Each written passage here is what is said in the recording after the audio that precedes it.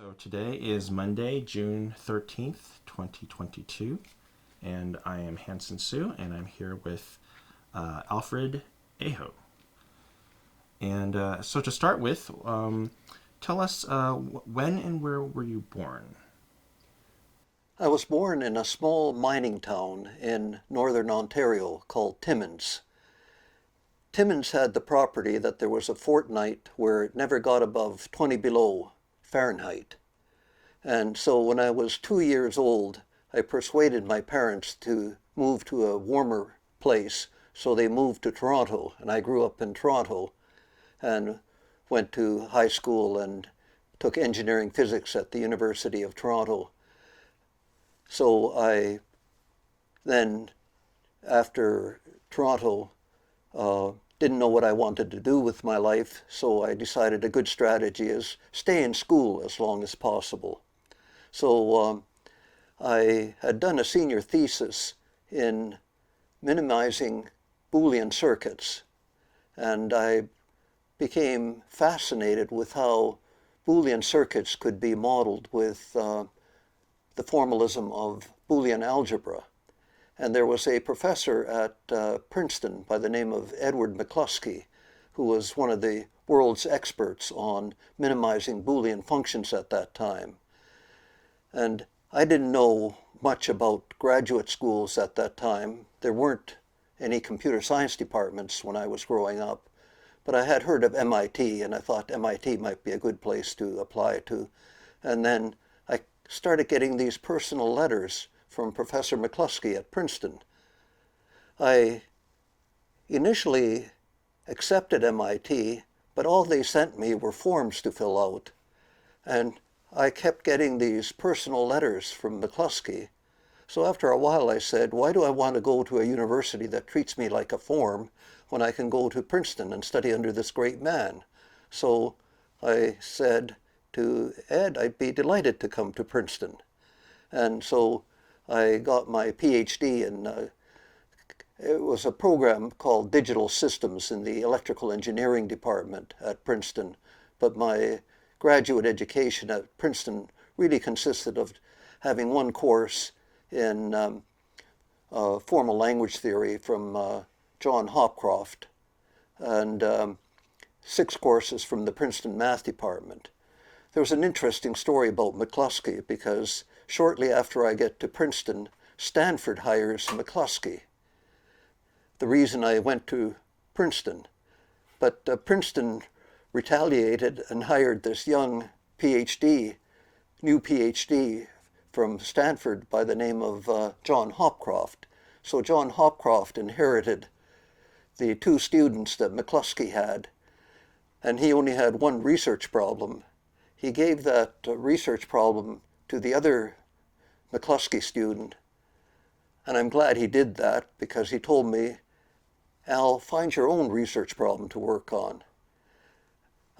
It took 30 years for the research community to solve the problem that he gave to the other McCluskey student, and I spent my 3rd year tearing my hair out trying to find a suitable PhD thesis topic. But I can then talk about, if you're interested, some of the work that I embarked on during and after Princeton. Sure. Yeah, let me go way back to we'll get back to all of that. We'll go back to your sort of early childhood. Uh-oh. So actually, you were mentioning to me sort of your parents' backgrounds. Could you talk about your parents' backgrounds and occupations? Um, my father was a carpenter. He had not gone to university. My mother was an executive secretary. Um, she worked for the general manager of a pharmaceutical company in Toronto. So none of my parents had even gone to college. But my mother was an avid reader. And when I was in elementary school, we didn't have a cafeteria at school, so I would walk home for lunch and during the lunch times, I'd read some of the books that my mother was reading. And she liked Shakespeare and Dickens and the classics. So I got a very good background in Shakespeare, Dickens, the classics, Jules Verne, and that stood me in good stead in getting good marks in my English courses as I was going through school. At the area that I grew up in Toronto had a lot of immigrants, many people fleeing Europe because of World War II. So the school that I was in had a lot of children of immigrants, and the children were very interested in academic things. And I noticed that some of the mothers of my friends were particularly delighted that their son was going out with me because I was good in school, and I also played the violin. I ended up playing the violin for the bar mitzvah of one of my close friends in elementary school, or high school at the time. And I thought that was an interesting occasion because I really wasn't all that good. But then when I started at the University of Toronto, I took engineering physics because it was very mathematically and scientifically oriented, and I liked mathematics and science. And I had a very good time at the University of Toronto. Maybe I shouldn't tell this story, but as I was going to the University of Toronto, and the University of Toronto is a great university, but I didn't think there were any smart people in the world until I came to Princeton. And one of the first people I met at Princeton was a Columbia graduate by the name of Jeffrey Ullman. He had just gotten his undergraduate degree from Columbia University and also had come to study digital systems in the EE department at Princeton. So he and I became close friends, and when we graduated from Princeton, we both joined the newly formed Computing Sciences Research Center at Bell Labs, and there we developed a lifelong collaboration on subjects ranging from algorithms, programming languages, to the very foundations of computer science. And I was very fortunate to have met some of the brightest people in the field and have gotten to know them and work with them. And you learn so much by working with the best people in the field. So I felt very blessed because I had this kind of background. Thank you. Could you tell us about your family's ethnic background? My family's technical background? Ethnic background. Ethnic background. My mother was born in the United States. My father was born in Finland. My mother had Finnish parents, so that's where I learned Finnish at home. I was raised by a grandmother since my mother was working, and she was from Finland. And as I mentioned to you earlier, the first language that I learned was Finnish. And when I went to kindergarten, I couldn't speak a word of English. My kindergarten teacher would write on her report cards, "Alfred does not speak any English." And then the subsequent report card said, "Alfred speaks too much English." So I learned English somewhat late in life when I was 5 or 6, but I really have forgotten all of the Finnish that I once used to know. And did your family have any particular political or religious beliefs? Well, I guess Finns are Lutherans, and And they had friends who were Lutherans and occasionally went to a Lutheran church, but I wasn't particularly religious until I got to high school. When I got to high school, my parents moved to another part of Toronto that had a very good high school with a musical program in it, and a lot of parents, in fact, would relocate to that area, that part of Toronto, so they could send their kids to North Toronto Collegiate Institute. And the school had a orchestra, senior orchestra, junior orchestra. They had an orchestra for the parents. They had a band, all sorts of quartets and other ensemble groups. So I had a very good time at the school because I played in the orchestra. The person that I played beside, she was the concert mistress of the orchestra and went on to play for the Toronto Symphony Orchestra after she graduated. I wasn't nearly in that class, but I found the music as a very good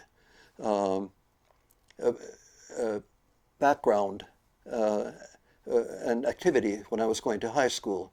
And the school had the music program had a better reputation than the football team. So we would go out and show what an instrumental music program could be like to other towns in and around southern Ontario. So we would be able to go on weekend trips to local towns, and everybody thought that was cool. And so this was a very good activity. Then when I got to the University of Toronto, I started playing with the University of Toronto Symphony Orchestra, but I found that I could not compete with the music majors that were practicing 4 or 5 hours a day with the program that in engineering physics. So I just contented myself to play with the engineering band, which was called the Lady Godiva Memorial Band. It had some very eclectic instruments, like it would use garbage can lids as drums and timpani. And on one occasion, we got a gig at the Bohemian Embassy, a nightclub in Toronto, where I got dressed up as a gypsy, and I played Chardas late at night to the patrons of the nightclub. And the band, they had red handkerchiefs in their costumes, and they would take the handkerchiefs out at appropriate times and weep profusely as I played Chardas, Monty's Chardas, to the people in the restaurant. They wondered what in the world was going on, but you know, this is undergraduate students. We were having fun, and playing the violin allowed me to meet some very interesting people.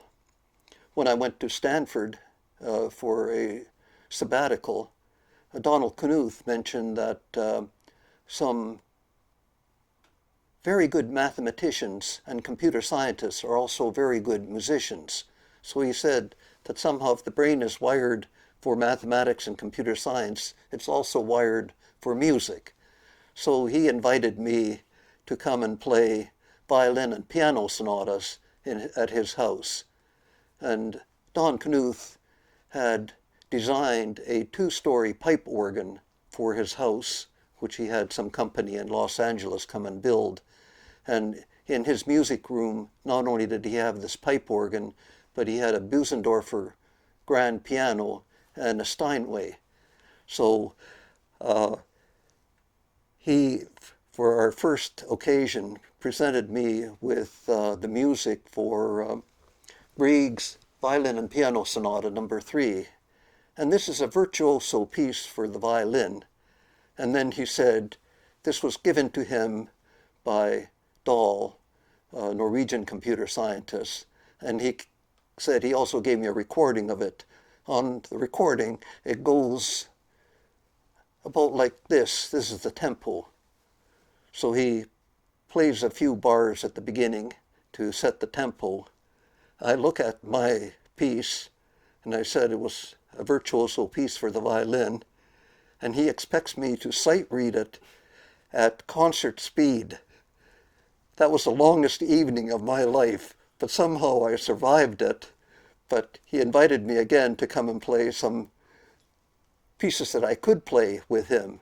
So it was a very good way to get to know Don Knuth.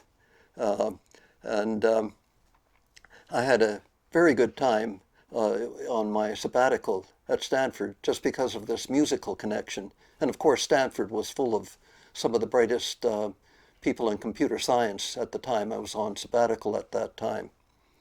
So I played violin all my life. I played in a string quartet since I moved into, started working at Bell Labs, and have continued that until just a few years ago when I found my shoulder was getting too tired to hold up the violin for 3 or 4 hours in an evening. Oh, wow. So that's a couple years ago, we were interviewing Alan Kay in his home in LA, and he had a pipe organ built in his home. So that was reminding me of that. Yes, I met Alan Kay. Yeah. I didn't realize he also had a pipe organ in his house. Yeah. So music has been, so your mother was into music from. No, my grandmother my grandmother bought me a Delaunay violin, and I started taking lessons at the Royal Conservatory of Music in Toronto in elementary school. I guess I was in grade 3 or 4 when I started, so maybe I should have started when I was 18 months old. I might have been good, but I was able to play well enough to play in the senior orchestra beside the concertmistress in high school. So that got me to a very good start, and I was taking lessons from the Royal Conservatory of Music, which was very helpful. And I've enjoyed music all my life. And if we talk about some technical things, I'll mention a few of the things that this interest in music has gotten me into. Oh, that would be fascinating. Do you have any siblings? No, I don't. I'm an only child. And so in school, would I assume that music and science or math were your favorite subjects? Well, I really didn't find, I found all subjects interesting.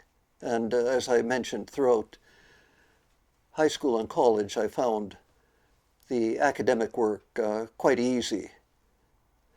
I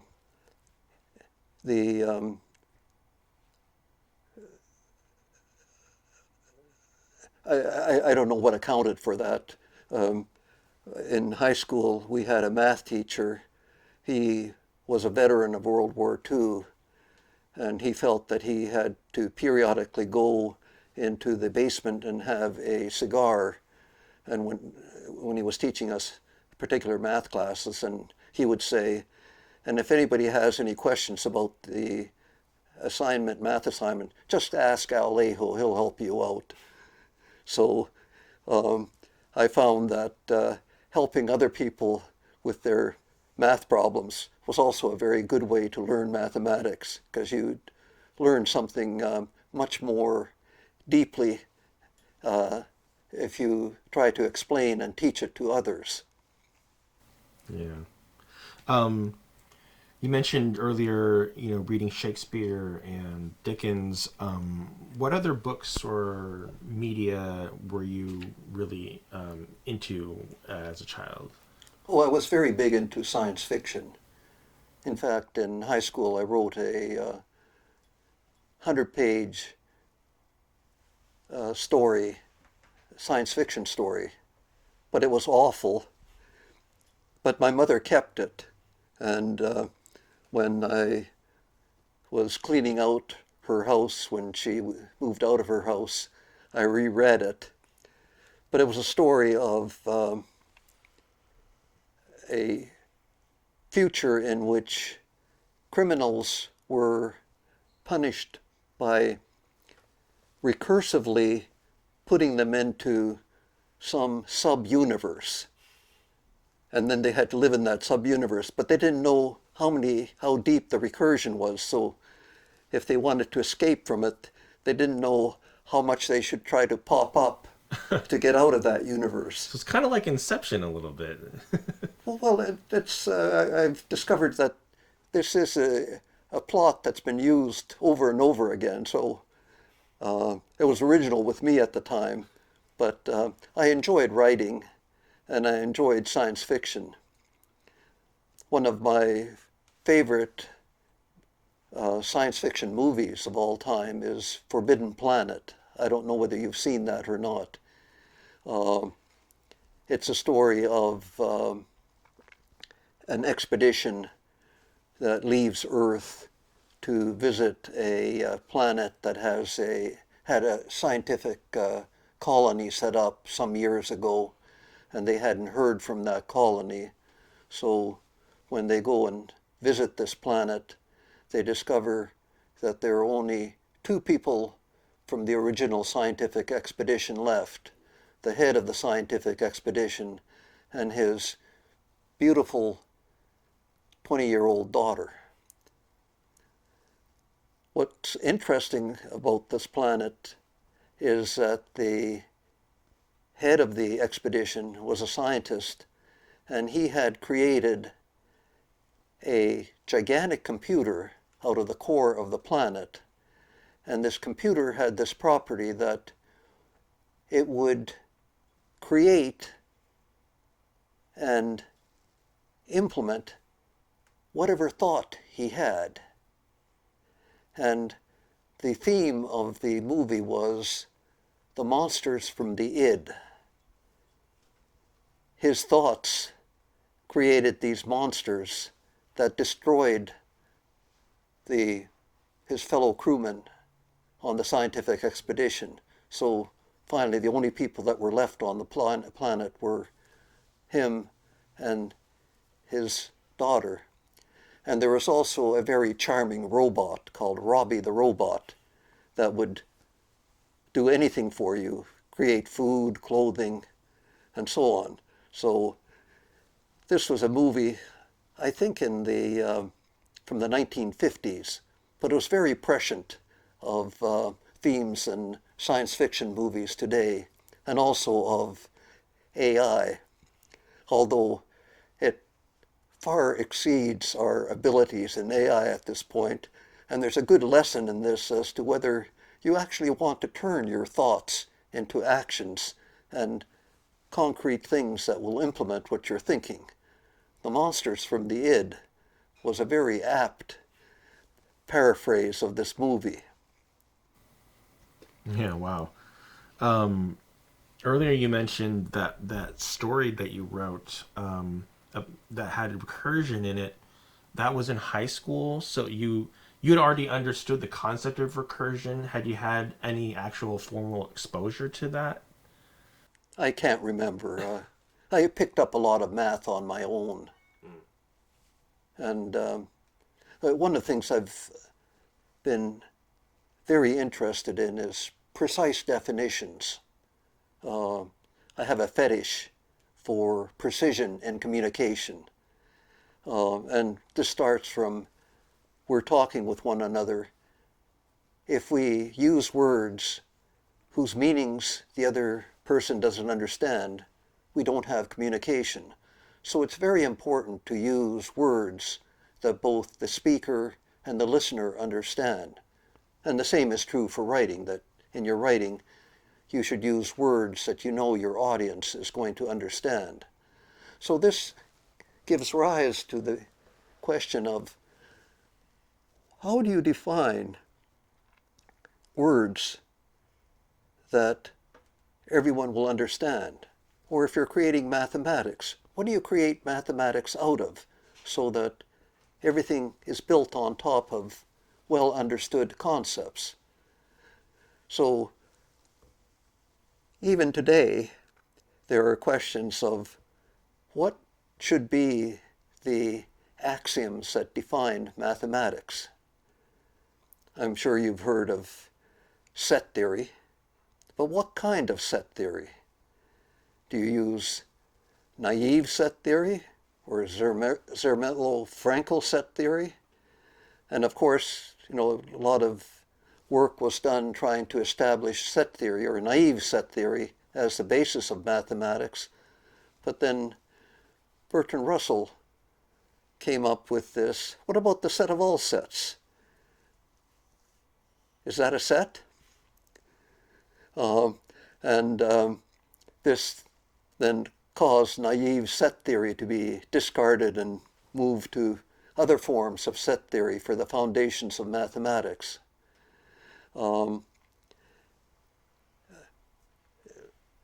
I was intrigued by proofs that we had to do in high school in geometry. And I was also intrigued by what is a proof? I became interested in axiom systems and abstract data types. And this actually is very good background for computer science, and especially if you're into programming languages, because you want a precise definition for a programming language, especially if you're going to create a standard for your language. So this precision in communication has been a fetish of mine. A lot of my friends say that I ask too many questions because I ask them to define what they're talking about. And sometimes they don't understand what they're talking about when they think about it more deeply. And that's disconcerting to them. And then I don't feel so bad because I wasn't understanding what they were talking about either. Did you have any influential teachers or mentors growing up? Betty Bealey in high school, English teacher. She was also a fan of precise communication. But she mentioned the definition of the word irony, which I still remember. And maybe you'll remember this now. Irony is the juxtaposition of incongruous elements. And I thought, that was beautiful. How did she think of that? I haven't seen that as a dictionary definition anywhere. But learning how to define things precisely, and sometimes in a colorful way, is very good.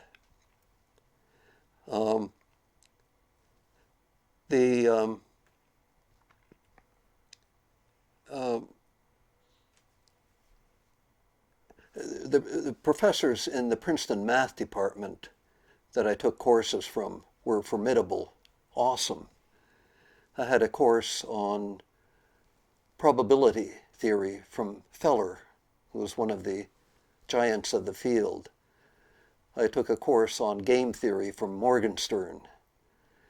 I took a course on logic from Alonzo Church. I didn't realize how good these guys were until long afterwards. But those courses were very much to my liking. And then John Hopcroft taught a course in computer science theory. It was really automata and language theory. And that really got me started on my interests in formal languages, programming languages, theory, algorithms, and catapulted me into these domains of computer science that still fascinate me. So you definitely entered into computer science from the math side. When was your first actual experience with a computer? Well, I loved building things when I was in high school. I built radios and amplifiers using Heath kits. I don't know whether you experienced Heath kits where you get a kit and you solder the parts together. So I got to know what transistors looked like and what capacitors looked like and how circuits behaved. uh, had to know what a AND gate, OR gate, and so on was. My first real computer program was when I was going to the University of Toronto. They had a 7090, maybe it was a 7094, and I had to write an assembly language program for the 7090. I really didn't think much of assembly language as a programming language. I preferred to think in higher level abstractions like Boolean algebra when I was couching solutions to problems. And this gets into this whole area of abstractions and algorithms, which I've been a big believer in all my life. That you notice in every area of human endeavor, you use abstractions by and large to talk about what your field is about. When we talk about computers, we don't talk about computers as collections of atoms, unless we're talking about quantum computers. But computers and digital circuits, you talk about adders, you talk about CPUs. These are abstractions that are used to build computers. If you look at programming languages are built out of abstractions. If you look at any field of scientific endeavor, it starts off with a base of fundamental abstractions, and then the field is built up on top of that. Mathematics is particularly notorious for this, and physics has been trying to develop a theory of everything for as long as I can remember. And they seem to be getting, or they say they're getting closer and closer to it, but sometimes they have to say, well, what about these Higgs bosons? Where do they fit into the standard theory or the standard model of physics? And black holes are also very intriguing objects that stretch the limits of physics. And I have met Brian Greene, and I like talking to him about, is string theory a good theory for physics? It's tough to do experiments to validate string theory. So abstractions are what we like to use to talk about things. So in music, the abstractions that we use for music are very different than the abstractions that we use for talking about food or for chemistry or for psychology. And sometimes we can get very precise definitions for abstractions like integers. But how many people do you think have a good definition for real numbers?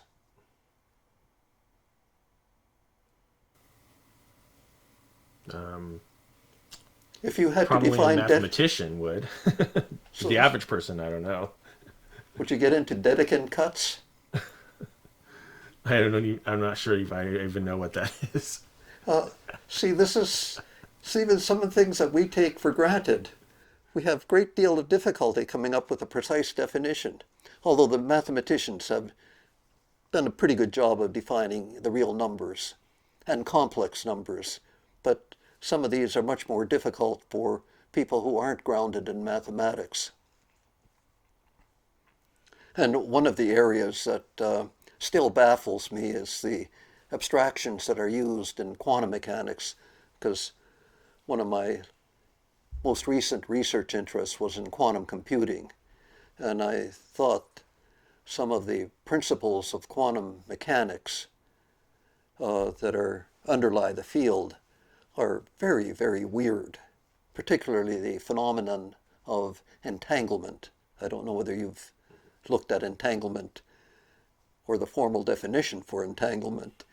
If you know complex linear algebra, quantum mechanics is easy. Scott Aronson, who is a famous computer scientist in quantum computing, says that quantum mechanics is easy if you take the physics out of it. So if you just look at it purely as complex linear algebra, no big deal. But if you try to look at the collapse of the wave function, I don't think people really understand what happens in the collapse of the wave function, although the physicists love to talk about it. Earlier, so you mentioned, actually, let me go back to, what year did you start attending the University of Toronto? 1959. 59, okay. And so your major was engineering physics? Yes. Okay. And so that course that you mentioned where you programmed the 7090 or 7094, was that part of that major? Yeah. I think many engineering students had to write a computer program. Engineering physics was particularly interesting that it was a special program. You had to stand first or second in your high school class to get into it. And they gave us the math courses of the math majors, the science course, the physics courses of the physics majors, and then they invented special engineering courses to give us. So it was quite comparable to the kind of engineering program that you have at MIT or Caltech. It was highly mathematical, heavily rooted into physics and science. And at Toronto, it was particularly brutal because the entering class of engineering physics had about 150 students in it. 4 years later, 39 of these bright students actually graduated. The rest of them were asked to go into some of the other engineering departments where they stood first or second in their class. But they brutalized the students in engineering physics. But maybe that's good experience for real life because you don't know when you're going to meet the best people in the field. And as I mentioned, when I first came to Princeton, I met Jeff Ullman, and I said, "What planet am I on? Where do they make people this smart?" Because he was one of the brightest people that I have ever met. And when I joined Bell Labs was at Murray Hill, had all these researchers, Nobel Prize winners, brilliant mathematicians, and it was just a direct step from Princeton, where you had all these brilliant faculty members, the math people and the people in the engineering school. So it was ratcheting up. Although soon after I got to Bell Labs, I said, "Gee, great, I made it in here." And then after a while I said, "How do I survive here? Because I have to show something that will let my management say, we need to keep Aho here," because they had a tradition of, you didn't have tenure in Bell Labs research. So after a while, you found jobs in other parts of Bell Labs and AT&T. It was a way to keep the research area vibrant, but on the other hand, it kept people on their toes.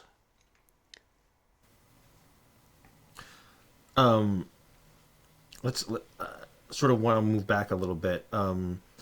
So, how did you choose the engineering physics major when you first got to Toronto? Oh, it was a choice of, since I was interested in math and science, engineering physics in the engineering school, or maths, physics, and chemistry in the arts and sciences school. There was a student in my high school class who I couldn't stand, who was very bright, and he went into MPC, math, physics, and chemistry. So I said, that does it. I'm going to take engineering physics. Okay. A personal decision. Okay. I don't regret it at all. I think earlier you mentioned starting at Princeton. So remind me again how what what major or field was your PhD at Princeton? It was in electrical engineering. They had a computer science or computer engineering option in electrical engineering. It was digital systems, called digital systems at the time. And this was long before Princeton got its own computer science department. I was on the advisory committee for there was an intermediate step of electrical engineering becoming electrical engineering and computer science.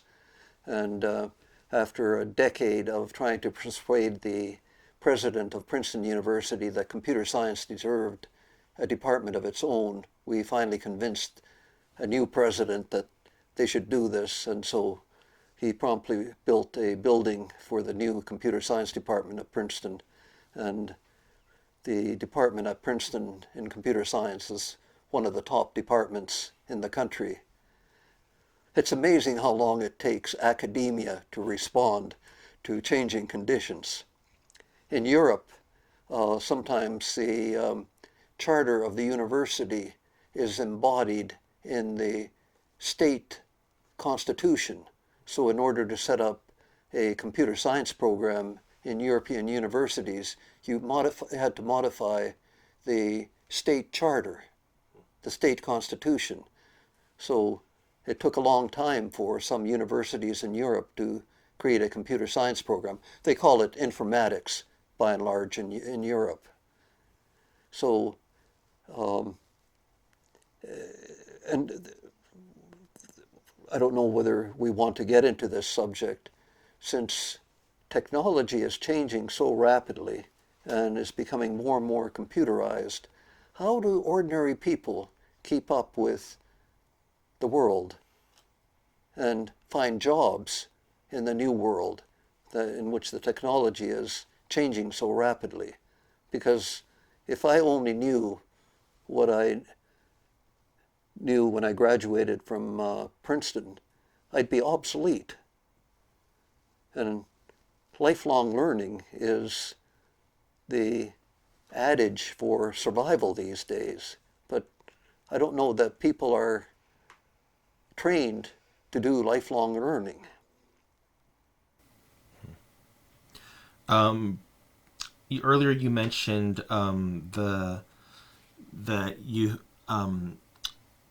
so when you ended up working with Hopcroft, that he assigned another graduate student this research problem, and you had to find your own. Who was that other graduate student? Al Kornjak. Okay. And then you also met Ullman right from the beginning at Yes, Princeton. he was in he entered Princeton the same year I did. So we met at Princeton, and then he graduated, took the job in the Computing Sciences Research Center at Bell Labs, and a few months later I took a job at the Computing Sciences Research Center at Bell Labs. There were only very few opportunities for people interested in computer science at that time because academia hadn't set up computer science departments very widely at that time. And there were, Bell Labs as a research institution was legendary. It had all this huge list of inventions and innovations that have changed the world, ranging from the transistor to the discovery of the Big Bang to inventing information theory. So it was just a logical choice to go after, if you're interested in research, to go to Bell Labs. Mm-hmm. Before we jump into Bell Labs more deeply, could you maybe talk about your PhD thesis, but try to explain it to somebody who maybe like a museum goer who doesn't really know much about computer science and linguistics. So this is interesting. As I mentioned, Hopcroft told me, find your own research problem. So he did teach a course in automata and language theory. So I got introduced to formal language theory and automata theory, at least as it was known at that time. And I was interested in programming languages and compilers. And what I noticed was that a programming language has a syntax and a semantics. All languages have a syntax and a semantics. And again, if you want to write a translator for a programming language, or even a natural language, you have to understand the syntax and semantics of your target language, source language, and the target language. Specifying the syntax of programming languages was done with some type of grammatical construction at the time, and the primary grammatical constructs that were being used were context-free grammars, and in the programming language, context-free grammars were called BNF, Backus-Naur form. Chomsky, a linguist at MIT, had created a hierarchy of grammars, and the context-free grammars were the second level in the Chomsky hierarchy.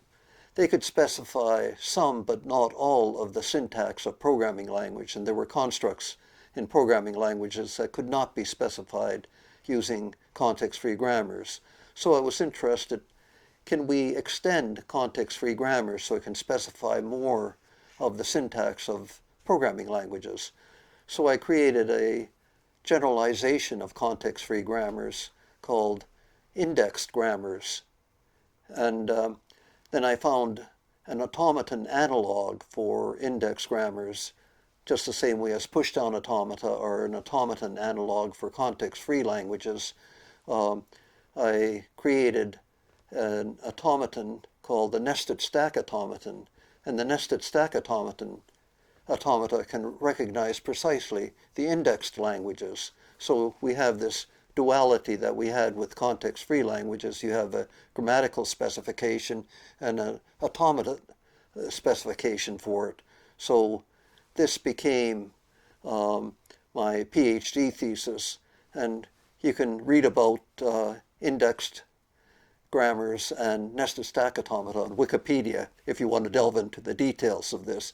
They have closure properties and decidability properties that are similar to those of context-free languages, which makes them useful for more practical applications, although they aren't widely used for programming language specification.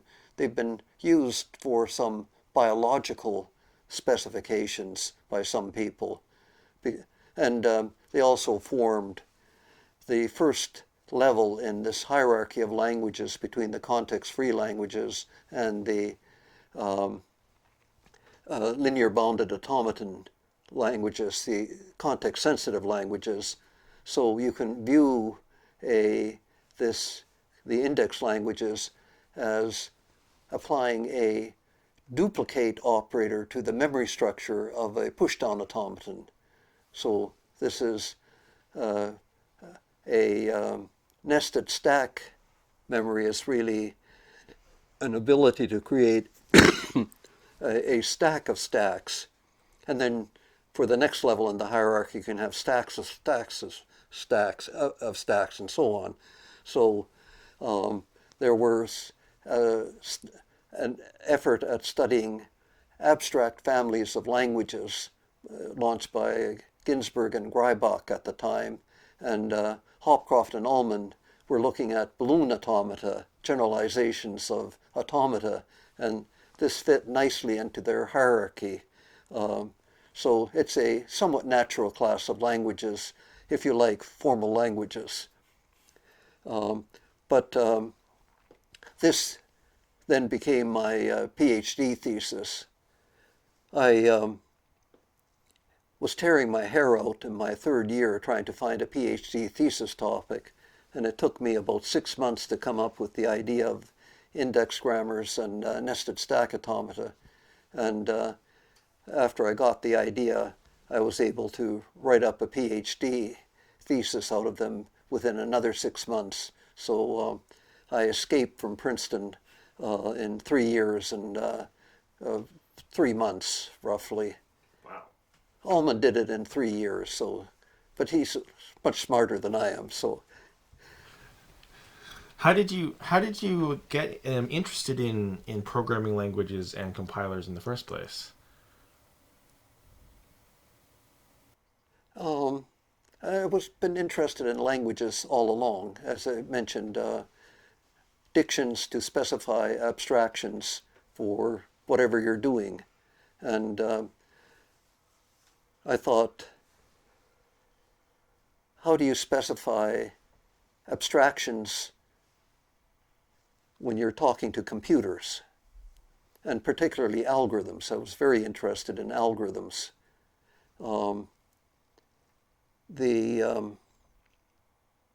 My definition of an algorithm for my mother was an algorithm is just a recipe for doing something. The computer science definition of the term algorithm is a Turing machine that halts on all inputs. What's kind of interesting is, this is Knuth's definition of an algorithm too, that an algorithm has to halt on all inputs. But I discovered that there are some authors who don't require an algorithm to halt on all inputs. So these authors have bastardized the definition of the fundamental term algorithm. And I think that's a great crime. And Knuth also agrees with me. We called, in our Design and Analysis of Computer Algorithms book, a recipe that doesn't have to halt on all inputs, a procedure. So in mathematics, in the area of recursive function theory, we have the distinction between recursive functions, which correspond to the class of functions you can define with Turing machines that halt on all inputs, and partial recursive functions, which are functions that can be defined by Turing machines that don't have to halt on all inputs. So that's a natural distinction from recursive function theory. And I think it's nice to have these parallels with mathematics. So I think formal proofs, specifications, languages, they're all neatly interwoven. Mm-hmm. Okay, let's get to Bell Labs. You joined Bell Labs in 1967, and you followed Ullman there. He had already joined Bell Labs before. A few months before me. A few months before. And what group was it that you joined?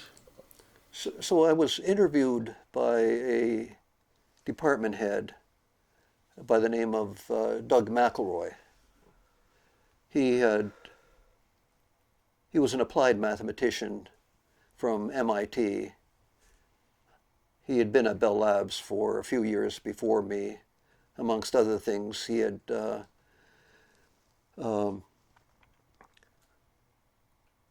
co-invented macros for programming languages, and he's also in this class of one of the smartest people I've ever met. But when he interviewed me and decided to hire me, so I show up for work, and he says, "Al, why don't you do what you think is important?" I said, "I think I can handle that job, Charter." So I was left to work on whatever I thought was important. And since Jeff Ullman was there, I had a person who understood computer science. So he and I embarked on a bunch of projects related to automata theory, language theory, algorithms, and programming languages. Ultimately, it went into the very foundations of computer science. Ullman and I did some work on database theory. So we went through a whole bunch of fields in computer science that had what we thought were interesting problems for us. And in the first 10 years at Bell Labs, I wrote 40 papers and 5 books, several of them co-authored with Jeff Ullman, and many of the papers were co-authored with Jeff Ullman, but also with other people at Bell Labs. So what I found interesting about Bell Labs, it was teeming with interesting, talented people and interesting research problems. And coming from, excuse me, coming from the field of computer science, I would think about problems in a different way than some of the people working on these problems. So there were a number of stories where I would be sitting in a seminar and doodling on a piece of paper. The person next to me would look at my doodles and say, "Where did you get that?" in a loud voice. And then by the end of the day, we'd write a joint paper. Because I had a number of stories of this nature that collaborating with interesting people often results in solving problems that you may not have thought of or you didn't have a solution to. And when Jeff, he left Bell Labs, he wanted to go to academia a little bit earlier than I did, like many years earlier. He stayed at Bell Labs for a few years and went to Princeton University, where he joined the faculty of the electrical engineering department. And but he would come and spend one day a week consulting at Bell Labs. And his consulting stint was he would come Fridays and sit in my office all day. So the conversations that we'd have would range over all sorts of topics. And sometimes he'd mention that he was working on a problem with a colleague at Princeton. And after describing the problem, I might say, "You're kidding." And he said, "Oh, you're right. The solution is obvious, isn't it?" I don't know whether I would say dynamic programming or whatever, but several papers came out of this intense collaboration, and we got to the point where we could communicate with just a few words. So we had a very large shared symbol table. In your minds. in our mind, yes. But it was a very, very productive relationship.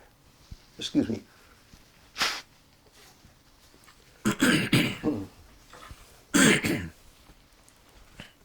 So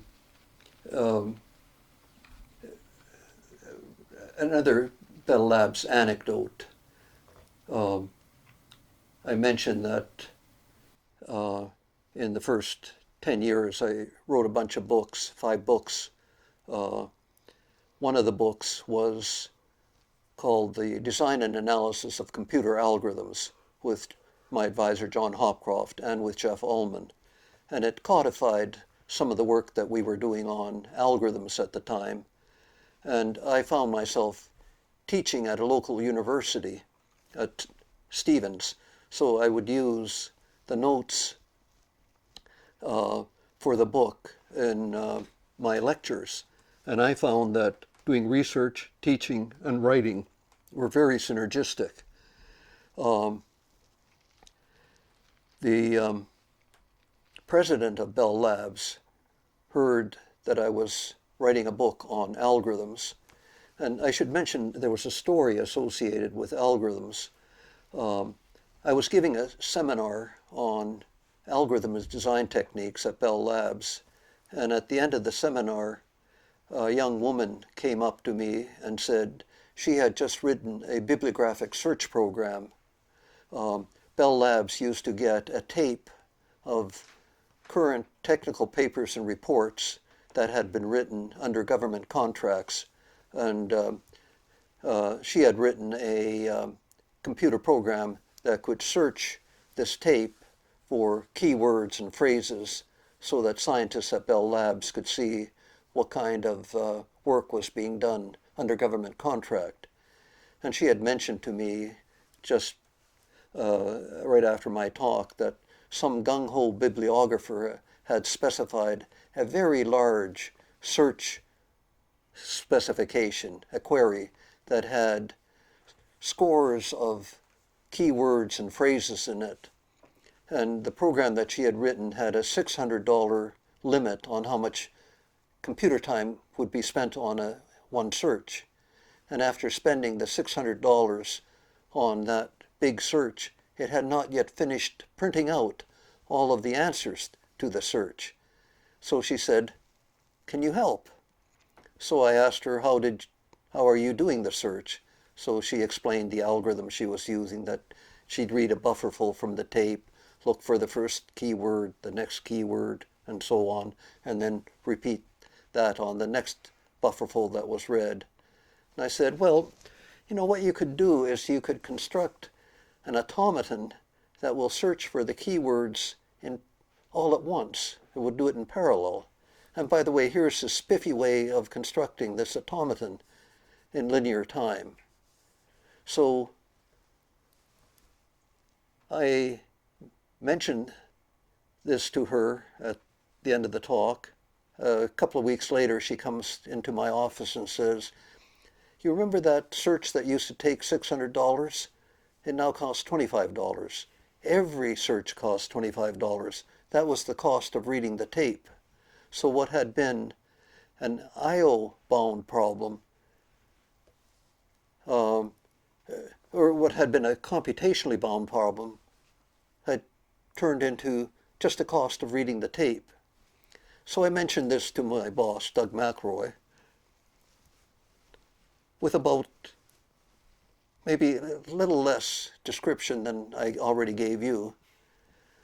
It was on a Friday afternoon. Well, I discovered you should manage your boss. It's a good strategy no matter where you are. So my job of managing my boss was every Friday afternoon or every second Friday afternoon, I'd go into his office and tell him what I've done in the past week. So when Midge Corasick told me about what happened with her computer program, I mentioned this to Doug McElroy in about 2 or 3 minutes, and I outlined how I had constructed the automaton and done the search, but not in any detail. The next Monday at around 11 o'clock or 12 o'clock, the head of the mass center at Bell Labs comes into my office and says, "How do you compute that failure function?" And I said, "I beg your pardon, what failure function?" He said, "Your boss just told us about this new algorithm you have for fast bibliographic search, and it uses a failure function. How do you compute it?" So McElroy, in 2 or 3 minutes, understood technically what I had done, created a talk for the 3-level management seminar that was held in research, describing the algorithm to mathematicians and physicists, and gave me the title for the paper that we should write. Fast string pattern matching, an aid to bibliographic search. Somehow the president of the Bell Labs heard about this, and he stopped me in the aisle as I was walking to lunch one day and said, "Oh, Al, you should keep working on those algorithms. They'll be important someday." This president was Bill Baker, and he was notorious for saying things in a very cryptic but encouraging way. And he also got me to teach a course on algorithm designs to all engineers at Bell Labs. So I gave a televised course on algorithm design techniques from the Design and Analysis of Computer Algorithms book. And many people then at Bell Labs got to know me through watching these videos of my algorithms lectures. At the same time, I should perhaps have mentioned that there was a scientist at Bell Labs by the name of Richard Hamming, of Hamming code fame. He had an opinion on everything, but he was a very interesting person, a very talented person. But in the first week that I was at Bell Labs on that Friday afternoon, he came into my office, put his feet up on my desk. I had a sort of a desk, two desks, so one desk like this and another one had 90-degree angles to it. There was a chair next to the angled desk, so he sat in the chair, put his feet up on that desk, wouldn't allow me to do any work. And he said, "Al, it's Friday afternoon. It's time to think great thoughts." And what he said to me at that time was, if you write a book on your scientific work that becomes popular, this becomes a very good way to develop a scientific reputation. So he was a big fan of encouraging people to write books on whatever they were working on. So this may have been in the back of my mind as Hopcroft and I were working on algorithms to create this book, The Design and Analysis of Computer Algorithms. But this was back in 1974.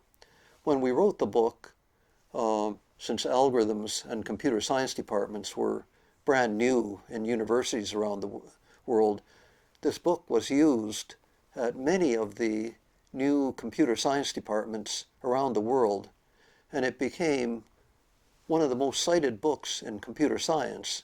And hundreds, maybe thousands of people took courses out of that book and sort of created the reputation for us of being in algorithms. And this was one of the things that Ullman and I get cited for the Turing Award of our work with algorithms. Hopcroft got cited for this and won the Turing Award with Tarjan for his work on algorithms, which was largely cited as Aho, Hopcroft and Ullman. So it took longer for us to get the recognition. I don't know how I should feel about that, but on the other hand, I was very happy to have had the association with Hopcroft. But it also shows the impact of both writing books and teaching can have on your scientific career. So I always recommend this to new scientists of when you can, if you can, and if you think you have something worthwhile saying it, say it in such a way that you can get many people around the world to talk about your scientific accomplishments. The same is particularly true of our Dragon books that we wrote, which if you want to talk about programming languages and their translators, we can do at however long a length you want. I mean, that's a natural segue about the Dragon books. How did you talk about how those came about? Okay. So in the 1970s, well, first explain that they're about compilers, correct? You just fold that paper. Oh, am I? It's just crinkling. Okay, so let me actually turn this around. Okay, there we go. So we'll start again. So first, tell us what the Dragon books are. Okay, so maybe I should mention the center that I joined at Bell Labs. It was newly created. It got to be called the Computing Sciences Research Center. It is the lab that invented Unix, C, C++, plus a whole bunch of other things. So the Unix operating system was being invented and developed at that time by Ken Thompson, Dennis Ritchie, and a bunch of the people that had joined the Computing Science Research Center. So I discovered that I could write scientific papers using the Unix operating system. It was much better than writing the papers longhand, giving the longhand to a secretary, and then who would then type up the longhand into words, and then I'd have to correct the words and so on. So I was one of the early users of Unix because of its capabilities for being able to create scientific documents. And so you were using a text editor and typing your papers directly? yes. Okay. It's the only way to do anything these days. Right. And you were using, and was it like, was there like automatic formatting? Was like, I mean, this is probably before tech had been invented, but were you using some sort of formatter? Long before tech Yeah. was invented, long before Right. LaTeX. Have you ever heard of ROF? Yes. Have you ever used ROF? No. ROF was one of the early editing programs and typesetting programs on Unix. For the terminals, we had teletype machines that weighed not 10 or 20 pounds, but 100 or 200 pounds. I had a teletype machine in my office here. And Right. Here in this office? yeah, with a T1 connection to Bell Labs. Wow. For high-speed connection. This was one of the benefits of working in the Computing Science Research Center. But we went through a whole progression of computer terminals, big, clunky computer terminals, before we now got to personal computers, iPads, cell phones, and so on. But as Unix was being developed, Ken Thompson created the early version, first two versions of Unix using assembly language. And he had joined Bell Labs at roughly the same time I had. He was there maybe 6 months or so ahead of us. And he had been assigned to work on the Multics project that Bell Labs was part of with MIT and GE.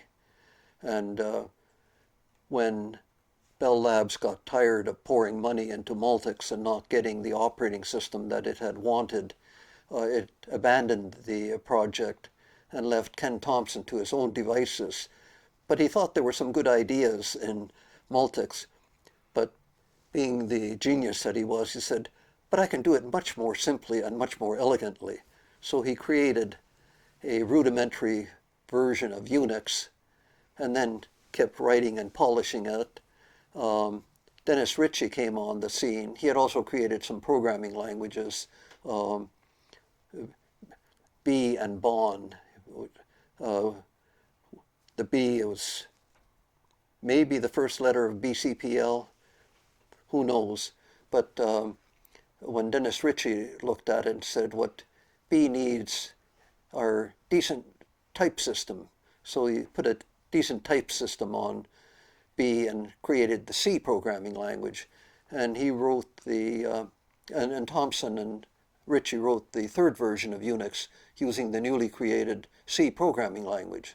So I became an early adopter of C, and I had C wired in my fingertips so I could write C programs quite readily. And of course there were all these neat tools that accompanied the programming environment on Unix. There was the editors. I don't know whether you've ever heard of the ED editor or the QED editor that was at MIT as part of Multics. QED had regular expressions in it, so this triggered my interest in regular expressions. Ken Thompson had written a program called grep for doing pattern matching on text files, and it had a very limited form of regular expressions when I encountered it. Having studied regular expressions, I thought Unix deserved a complete regular expression, so I created a generalization of the grep program called egrep and put in a fast pattern matching algorithm into egrep. Was this the same algorithm that you had created for the bibliographer, the Aho-Corasick algorithm? The Aho-Corasick algorithm, I had created a tool called fgrep for fast grep, but it only did keywords. It did not do full regular expressions, but it had this spiffy algorithm that I had created on the spur of the moment with Midge Corasick and had put it into the fgrep program. And so I wrote a paper with Midge on bibliographic search that became one of my most widely cited papers, and it was part of the set of tools that appeared with Unix. Now fgrep is part of the grep utility, and egrep is part of the grep utility, so they're all combined into this grep program. And there's a lot of interesting anecdotes associated with these programs. Doug McElroy liked the full regular expressions that I had put into egrep, and he was using them in a calendar program. And as you know, in dates around the world have many different styles for representing dates. You know, we could talk about 6/13/22 or June 13th, 2022, or in other countries of the world you have a different order between the month and the day and so on. So he wanted to have a calendar program that dealt with dates in many different formats, and so he wanted to do the search for the dates using egrep, but egrep initially constructed a deterministic finite automaton from the regular expression, and then it could execute the deterministic finite automaton very quickly, very efficiently, with only 3 machine instructions per input character. But this was a little bit like constructing a Boeing 747 to go across the road. You spend all of your time constructing the airplane and very little time flying it. So what he mentioned, that the time to do searches wasn't that fast. So then I said, well, let me construct the deterministic finite automaton incrementally and on demand. So I put in a incremental on demand algorithm into egrep, and it made regular expression pattern matching instantaneous. And it made my boss very happy too, which is a good thing to do. So just the feedback you get from users and the interactions that you have from users often help you create a much better product than you initially had in mind. So this happened with the Unix operating systems as well, that it was written and rewritten. Ken Thompson didn't mind throwing out an entire operating system and rewriting it if he thought he knew how to do it better. So since the Unix operating system was written in C eventually, there was a colleague in the Computing Sciences Research Center, somebody who had done his Ph.D. thesis at Columbia in category theory.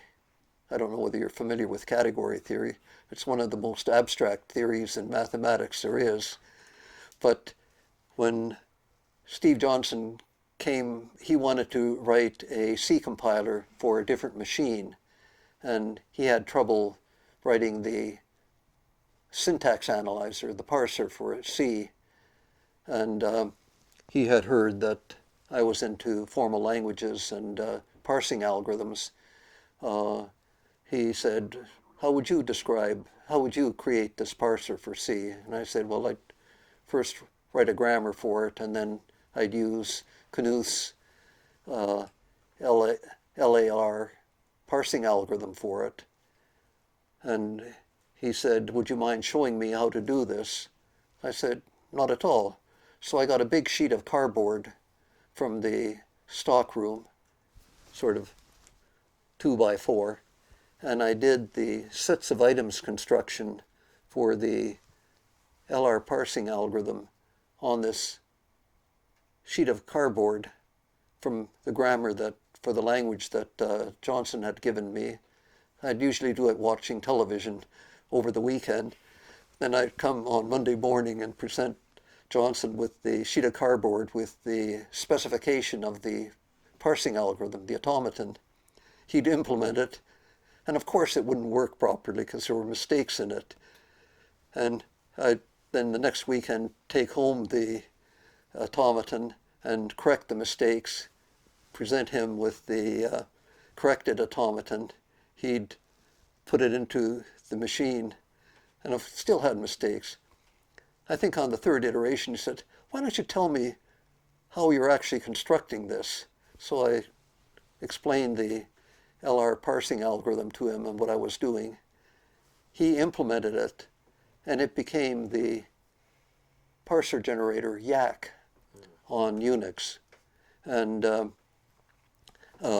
Jeff Ullman, Steve Johnson, and I worked on making the construction of LR parsers much more efficient.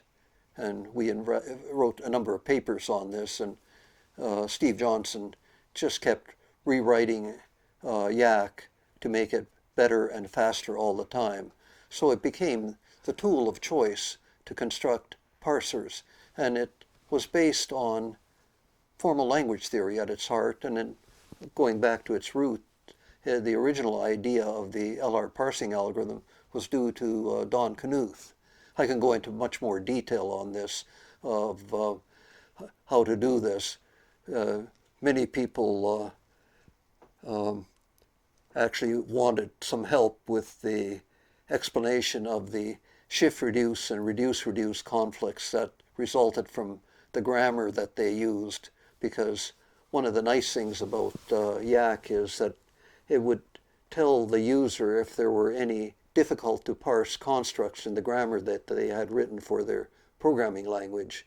And so it allowed users to get much more accurate grammatical specifications for their languages at the time. And over a period of several years, yacc became one of the most widely used tools for constructing parsers, particularly in computer science courses. And this fast regular expression pattern matching algorithm that I had created got into a tool for creating another component of a compiler called the lexical analyzer. And there was one interesting summer where Eric Schmidt was a summer intern at Bell Labs, and he took one of my fast regular expression pattern matching algorithms and put it into this lexical analyzer generator program called Lex that Michael Lesk had first developed. So using Lex to develop the lexical analyzer and using yacc to generate the syntax analyzer became a very quick way of constructing the front end of a compiler. And it allowed you to experiment with programming language design. And many of our colleagues at Bell Labs started using Lex and yacc in constructing little languages. Brian Kernighan and Lorinda Cherry were among the early users, and Kernighan and Cherry developed a little language for specifying mathematics called EQN using these tools. And Brian Kernighan's model for how you should design a language for specifying mathematics is, how would a mathematician describe an equation to you over the telephone. You could say let a squared is equal to b squared plus c squared, or a sup, using the superscript operator for exponentiation, a sup 2 to represent a squared equals b sup 2 plus c sup 2. And then you could put subscripts in and so on. So people started using the Kernighan and Lorinda Cherry tool to specify mathematics in their documents, in the research papers that they were writing, and then they would feed that into the typesetting program, ROF. And then we finally got a photo typesetter, and Kernighan developed a device-independent version of TROF that allowed us to produce professional-looking papers instantaneously. So sometimes when we submitted a paper to a journal or a conference, the conference chair would say, "Did you already publish this? Because this looks professional." But the whole purpose of these document preparation tools was to allow Bell Labs to be able to type patent applications without having to retype them. Because if the typist made a single mistake on the patent application, the typist would have to retype that page. But with the computer editing tools and typesetting tools, it became very easy to create perfect patent documents. And also, if you're willing to diligently proofread your paper, get all the typos out of your papers. And shortly after, the first books that I wrote were done the old-fashioned way of writing them out in hand, giving them to a typist, sending the type pages to the publisher. The publisher would then hire basically a typesetter to take that and typeset the documents, and you get galley proofs and then page proofs. You'd correct those, and then finally you get to see the book. So the first books that I wrote took almost 18 months to go from manuscript to the finished book. The subsequent books that I wrote, it just took a couple of weeks from submitting the typeset papers to the publisher to get the physical book in my hand.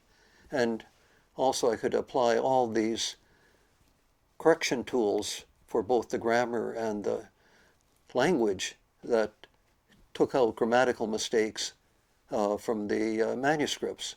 So there was a huge increase in productivity in creating papers, creating patents. And we also developed tools not only for typesetting mathematics, but for typesetting figures and pictures. And Knuth adopted the EQN language to include in the TeX typesetting system. And in LaTeX, it's basically Kernighan and Cherry's way of specifying mathematics. So it had a great deal of influence. And Kernighan and Cherry enjoyed the fruits of parsing theory and formal language theory in using the tools Lex and yacc to create their EQN typesetting tools. So Knuth has this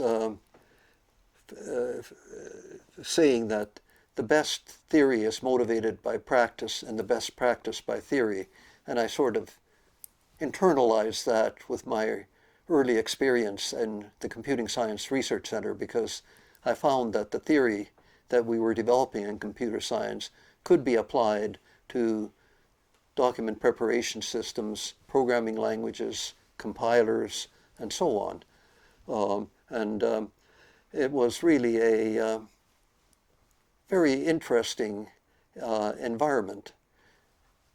I taught courses on compiler design at local universities, and then when I went to Columbia, I would teach the course on programming languages and their translators. This is a senior graduate level course, and I would have the students not only create a translator, but they'd first have to create a new programming language of their own design, and then they work in a small team.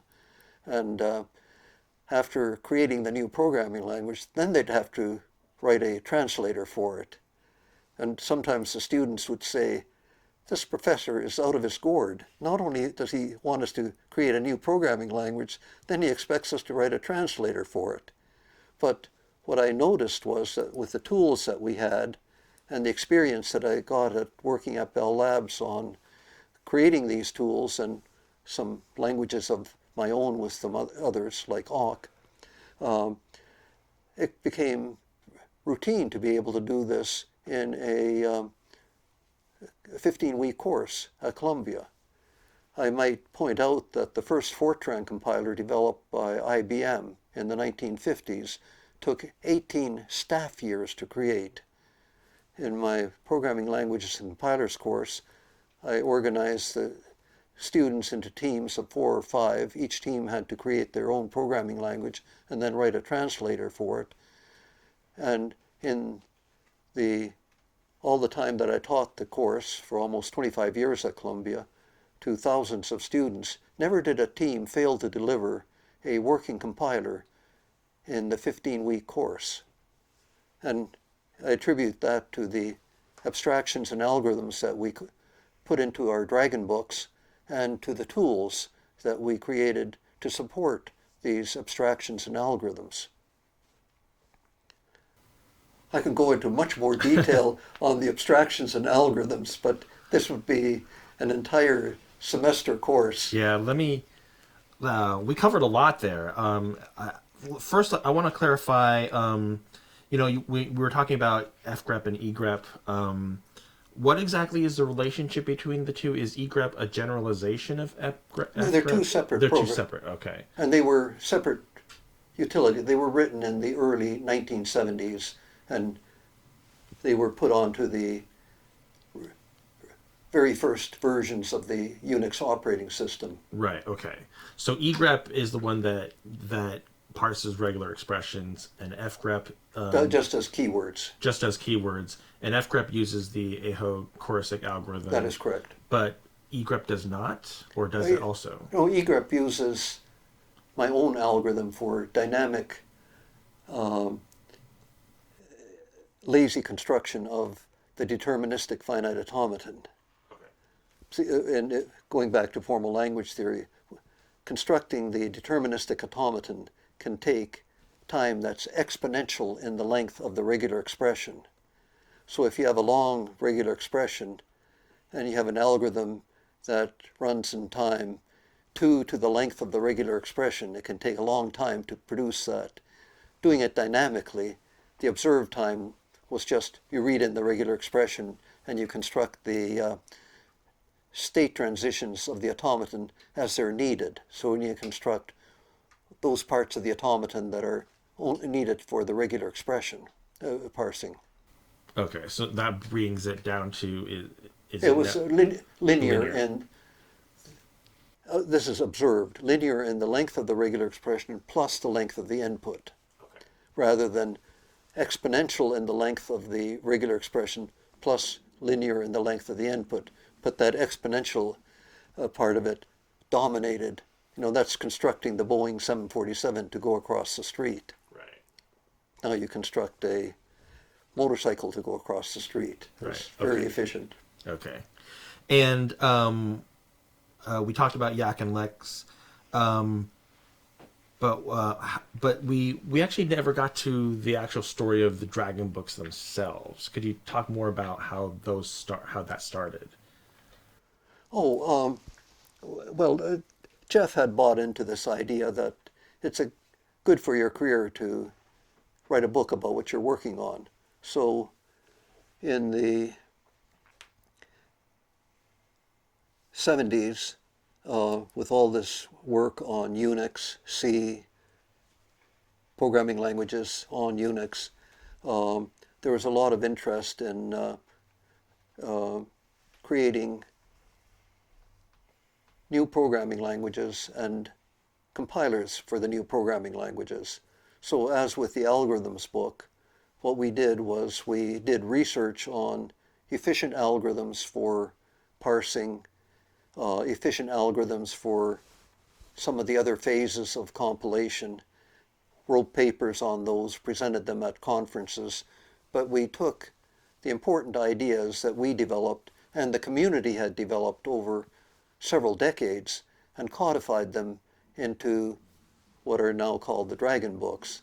The first Dragon book was published in 1977, and it incorporated the experiences that we had at Bell Labs in creating the Lex and yacc tools, and some of the experiences we had in using the Lex and yacc tools to create programming languages, also what people like Kernighan and Cherry had done in creating the typesetting EQN language and other languages. So it had relevant theory that could be useful in practice to create compilers and programming language translators, but it was theoretically sound. Jeff and I are theoreticians at heart, so we did have theorems and proofs in the book. And Jeff had this brilliant idea that the book should have a cover with a fierce dragon on it representing the complexity of compiler design, and then a knight in armor with a lance, and the armor and the lance were emblazoned with techniques from formal language theory and compiler theory to slay the complexity of compiler design. The first book was written in 1977, and it had just Jeff and me as co-authors, and it was about, I think it was 603 pages in length. So it was what we knew about translating programming language compilers. In the 1980s, more was known about how to construct efficient compilers. So we invited Ravi Sethi as a third co-author. He was at Bell Labs at the time, to join us in creating the second version of the Dragon book. The first version, the Dragon was in red. The second version, the Dragon was, I'm sorry, so the first version was in green. The second version, the Dragon was in red. What was interesting about the Red Dragon book was there was a movie that was created in 1995 titled Hackers, with a young Angelina Jolie in it. And in the book, there's the Uber hacker that's explaining to the new hackers what you have to read to become an Uber hacker. And he shows them 10 papers and books that you must read. And one of them was the Red Dragon book. And when my two children saw this movie, and they had seen the Red Dragon book at home, this is the first time they thought their old man was really something, because he had one of his books in a Hollywood movie.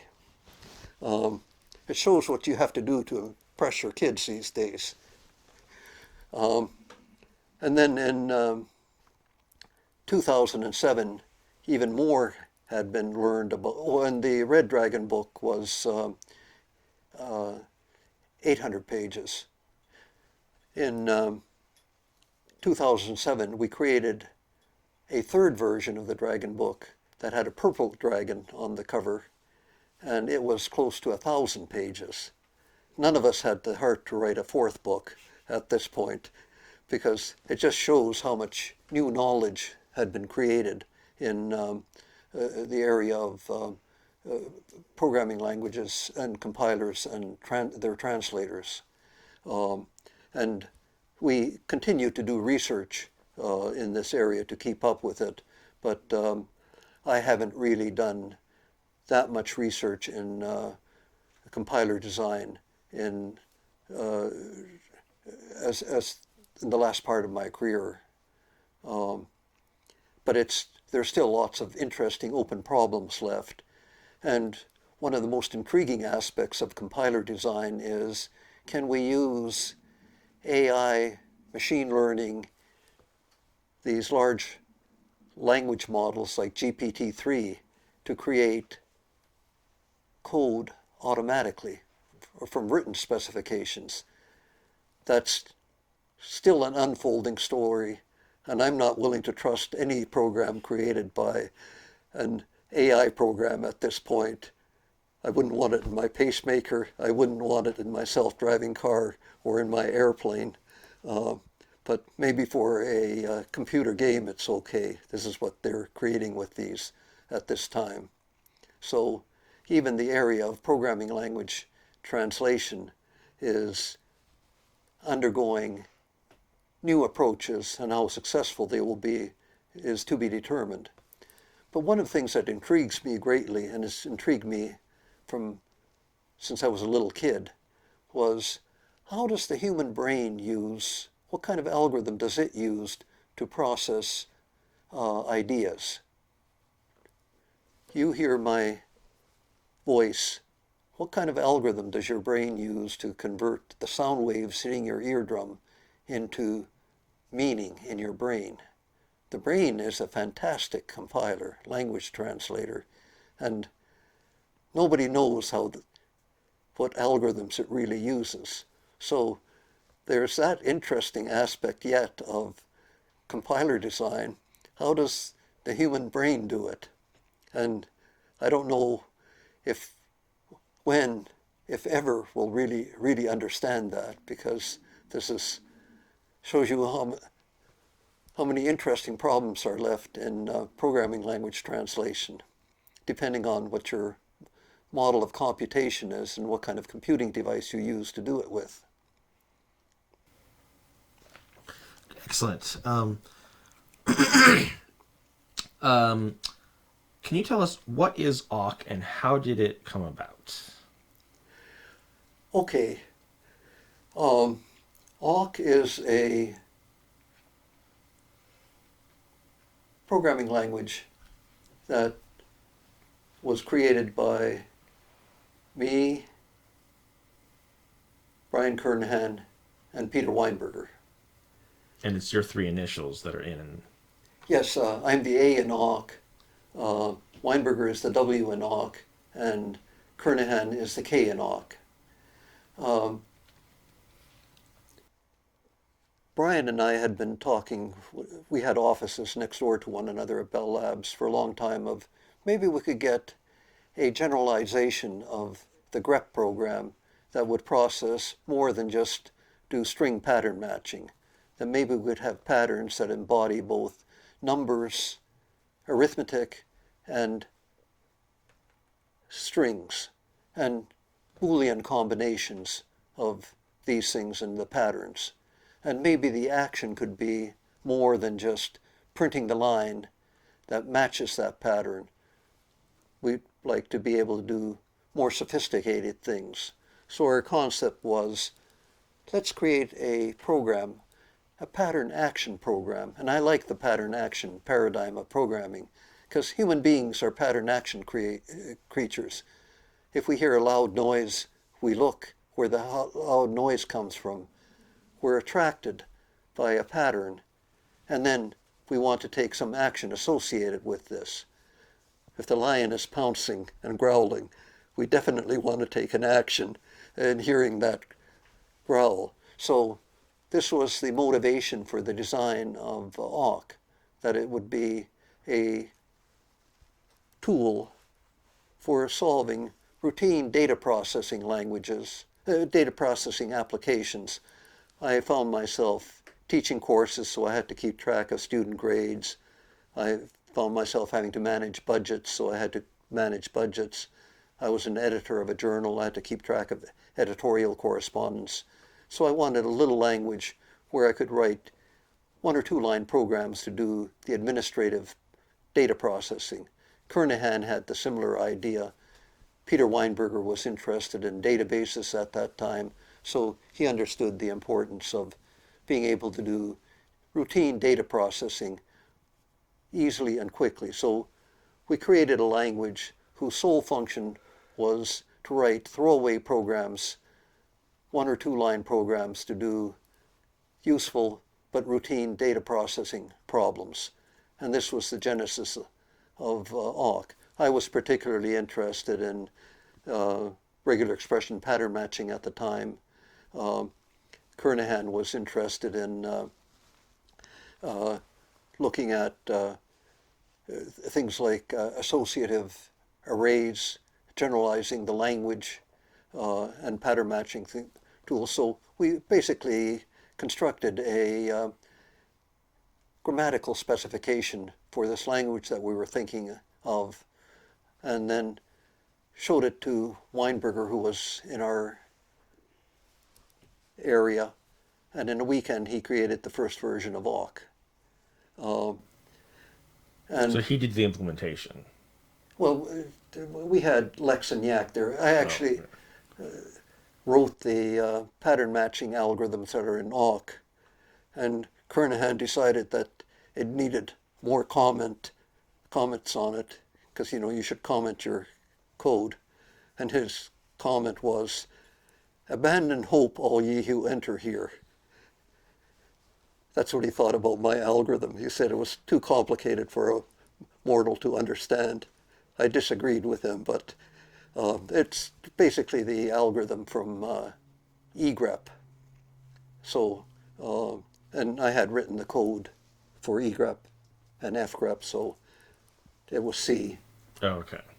So you contributed that part of the code, and Yeah, it's divide and conquer. It's actually Weinberger's contribution was the runtime. Since we had Lex and Yacc programs for the syntax, all we had to do was run them through Lex and Yacc to create the front end. And when we created the first version of awk, people started using it immediately. We thought that it was just a throwaway tool for us. Nobody really would be interested in it, but it's amazing how much routine data processing there is in the world.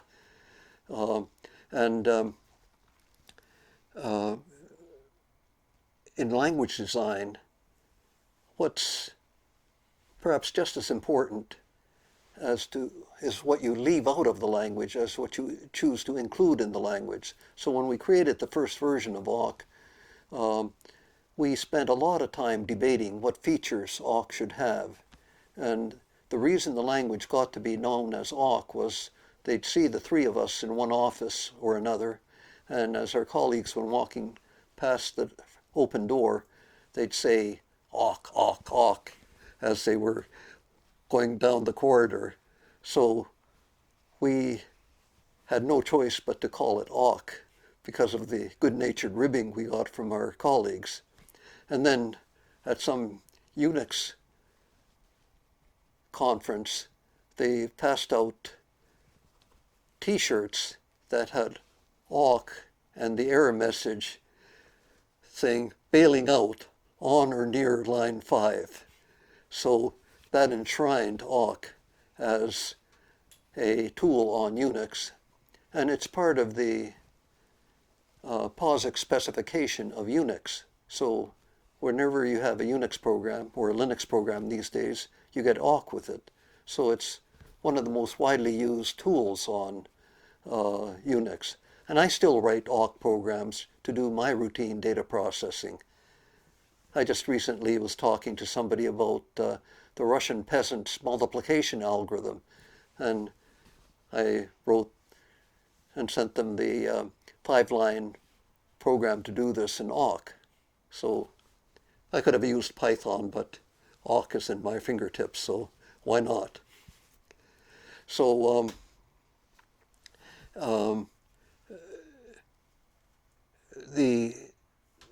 this is the birth of awk.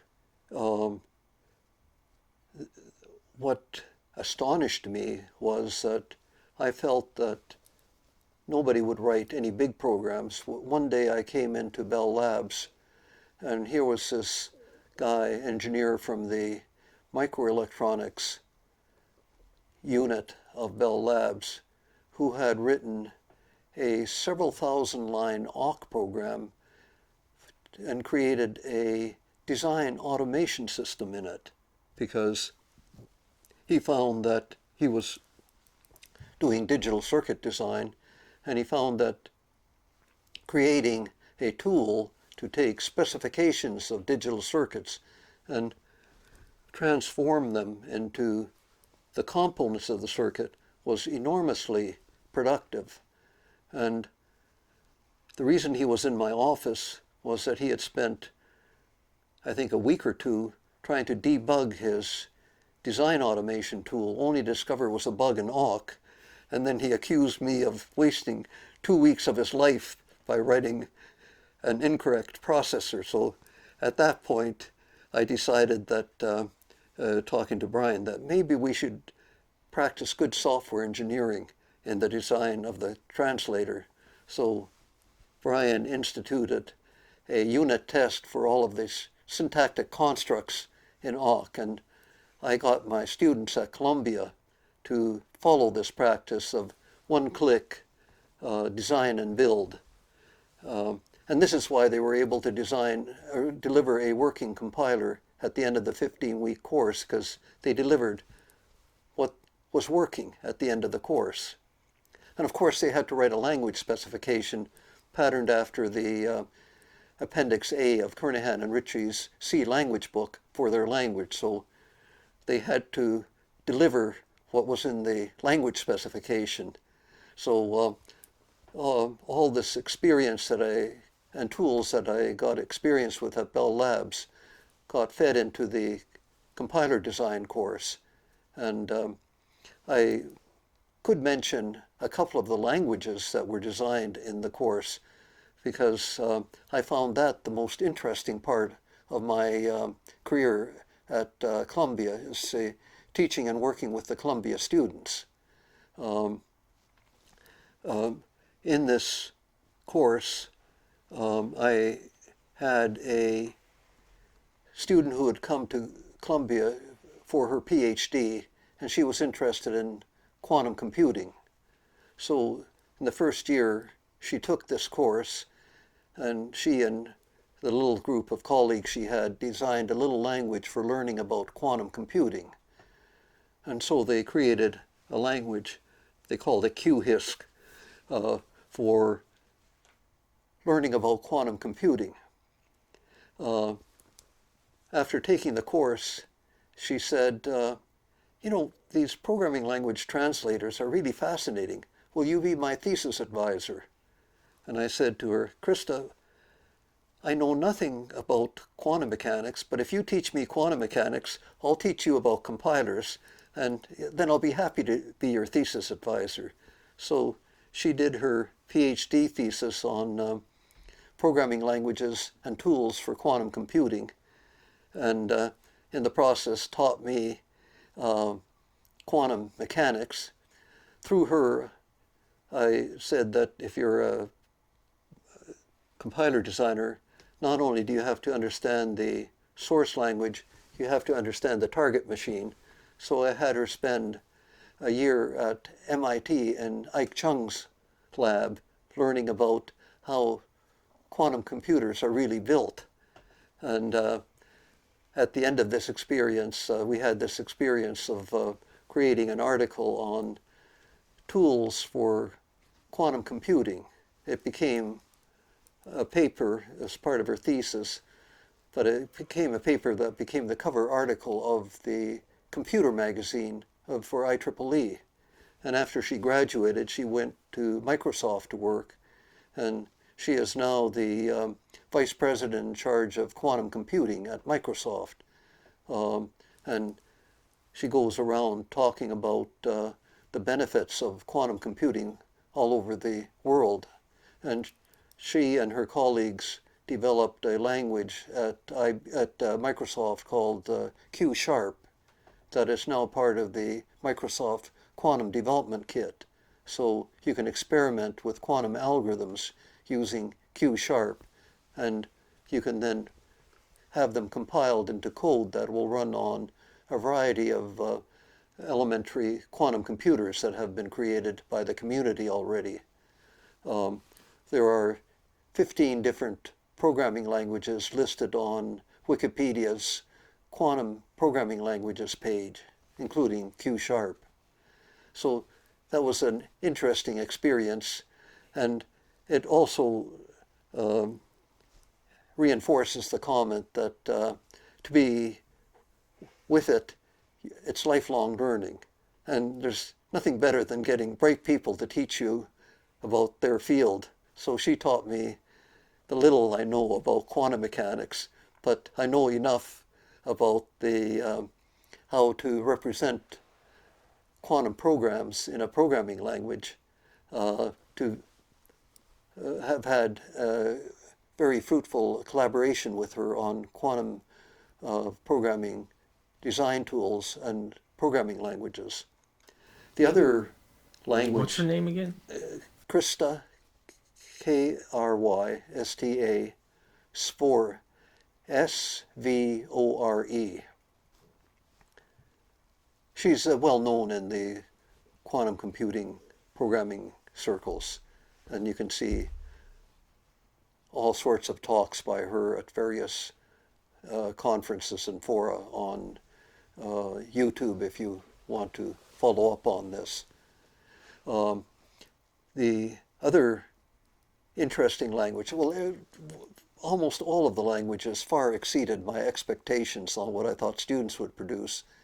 The other language that I thought was particularly noteworthy was a language called Upbeat, where the B is a flat sign.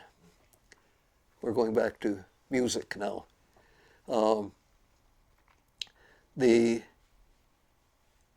Upbeat is a language for oralizing data or putting music to data. So an Upbeat program will allow you to take a data stream and it will then put sound to it of whatever kind you want. So this team that illustrated in my course, students had to give a demo of their programming language at the end of the course. So for their demo, they took the New York Stock Exchange ticker tape feed and set it to music. So when the market was going up, the music was lively and bouncy. When the market was going down, it was gloomy and somber. The language guru on this team was a person by the name of Adrian Weller. He had been a stockbroker when he graduated from college, and so he had an experience of what stockbrokers do, and he said that stockbrokers would much rather listen to music to see what direction the market is going in rather than staring at the ticker tape all day. So I thought this was a very useful and unusual language, and Adrian is now a professor at Cambridge University, and he just got the MBE award from Queen Elizabeth for his work. So being associated with talented students is also good for one's career, but also a very satisfying and gratifying experience. So I recommend that to people going into academia. Go to a place where you get exceptional students if you can. And you can try to make the students even more exceptional in their areas with what you teach them. There was a third language that might be interesting. It was called What to Wear. With this language, you take the clothes that you have in your closet, put them in a database. You write a program that describes your fashion style. What kind of fashion image do you want to exude? And you specify where or what conference you're going to. And then what it does is it will make recommendations of what you should wear when you travel to that conference. there were 2 women on this team, because I can't imagine a team of 5 guys creating a language like this. But it's a great language if you're in the retail business, because then you can make fashion recommendations out of your fashion offerings to prospective customers. So programming languages are being used for many more purposes other than just computing numbers these days. And I'm sure you're well aware of that. Yeah, I mean, this raises, I've been wanting to ask this question before. Given how many programming languages we have today already, why is it necessary or interesting to create new ones? Have you heard of the Tower of Babel in the Bible? Mm-hmm. It's human nature, and it's been with us since humanity began. People like to be individualized, what they say, what they think, and how they communicate it. I have been, a long time ago, I wrote a paper for a science magazine entitled Software and the Future of Programming Languages. And for the introduction of this paper, I tried to estimate, are there more programming languages than natural languages in the world? So you may have heard of a database called Ethnologue. It catalogs all of the extant natural languages in the world. And I think there are about 7,000 or so spoken natural languages still in existence today. I once saw a website at a university in Australia that had pointers to about 7,000 programming languages. So maybe number of programming languages and number of natural languages are roughly equal. But I think there are several hundred more commonly used programming languages. Remember in my course, every semester there'd be more than 100 students in the class, assuming they're in teams of 5. So 25 new programming languages got created. And after 25 years, you'd have hundreds of new programming languages. So most of the languages were just created for the course, but some of them led to more interesting languages, like Q#.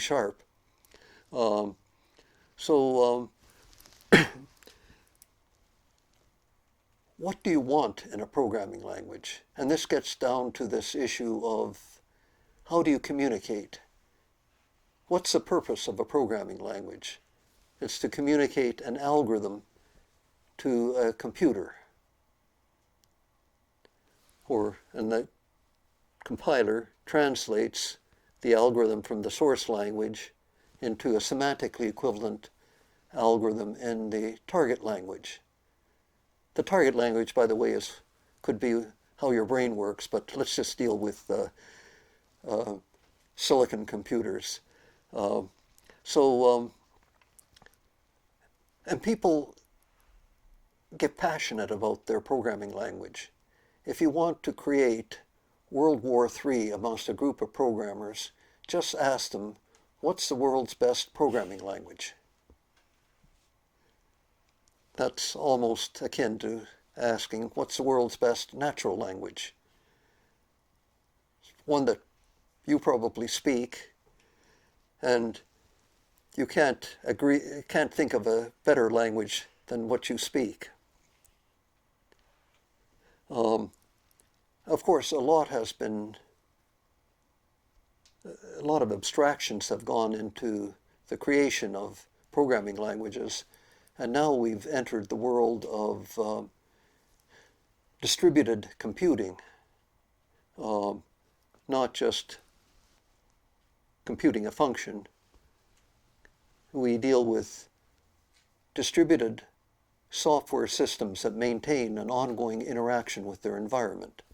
Things like the internet, things like an operating system, things like the human brain. So, if you want to describe an ongoing interaction with a distributed system, what kind of formalism should you use to describe this ongoing interaction? What branch of mathematics is well suited for doing this? Or it doesn't have to be mathematics, but you'd like to have a precise specification, because if you're dealing with the internet, you need precise specifications of the protocols that are used in the internet in order to achieve interoperability and global information infrastructure that operates seamlessly. So many people have strong feelings about what a protocol should be and how it should be designed.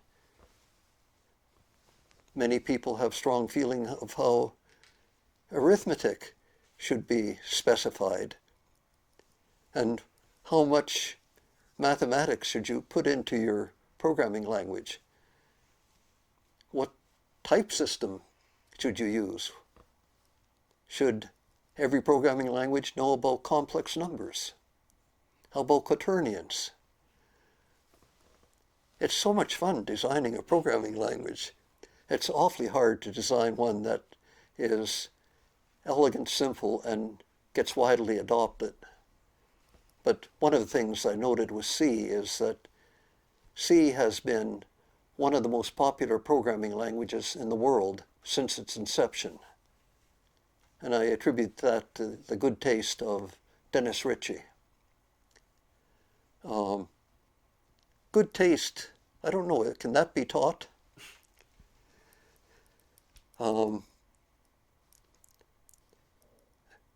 It's a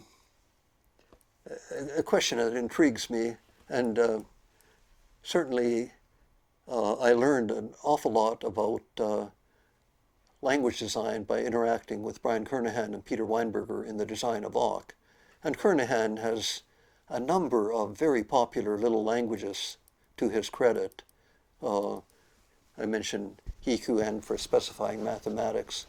He has created a language for mathematical programming called AMPLE. He created a number of languages for,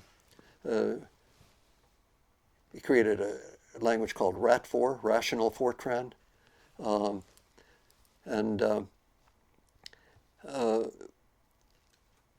I think he agrees with this principle that languages should be simple, elegant, and easy to teach.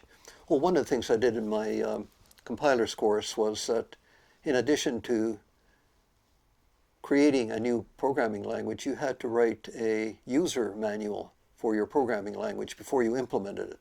Because what good is a programming language if you can't teach it to others? And you learn so much about how to get rid of the crud from your language when you have to explain to others how to program in it. So that also, I think, is a good life lesson there are 3 skills that I thought my course instilled on students. One was communication, both oral and written. You should be able to talk about what you're doing in ways that other people can understand you. You should be able to write about what you're trying to do in ways that people can understand you. And a very important skill is project management.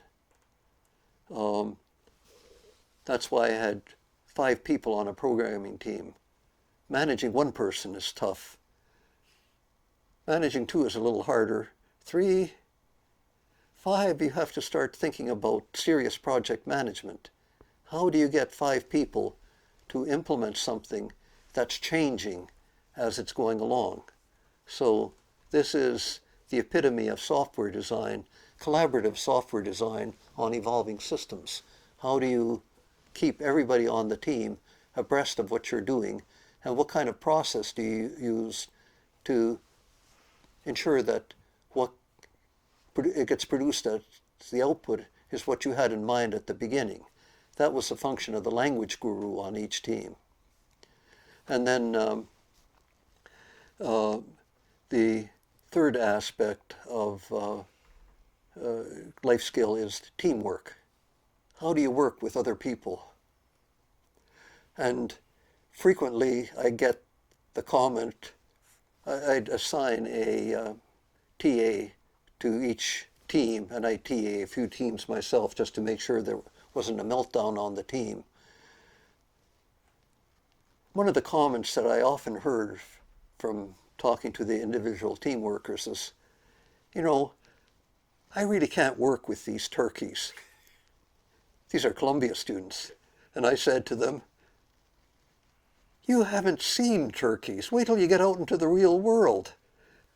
There you'll meet some real turkeys. This is just practice.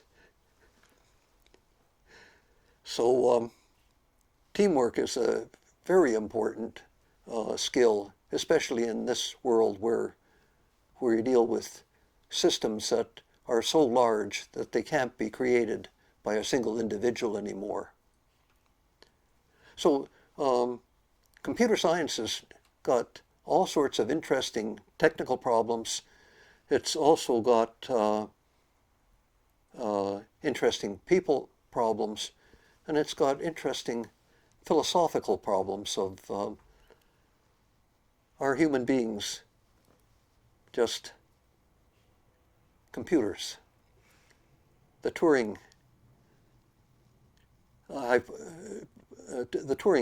test, or there's the church Turing thesis that anything that can be computed by a Turing machine. And if we're just biological computers, can we be simulated by a Turing machine? Can emotion be simulated by a Turing machine? This gets down to the monsters from the id. Can that be simulated by a Turing machine? And are computers the salvation of humanity or the destruction of humanity? A lot of science fiction movies have played on this theme. So I think we need good leadership through this phase of human development for humanity to survive. Yeah. Could you talk a little bit more about being, part of that Unix group, in the early days and the culture of the group? Oh, it was nirvana. Here you're given a job where you could do whatever you thought was important. You could work with the brightest people in the field. They take an interest in what you're doing. When I created grep and fgrep, people use the tools immediately. And there's nothing more satisfying than somebody paying attention to what you're doing. Even the president of Bell Labs said algorithms are important.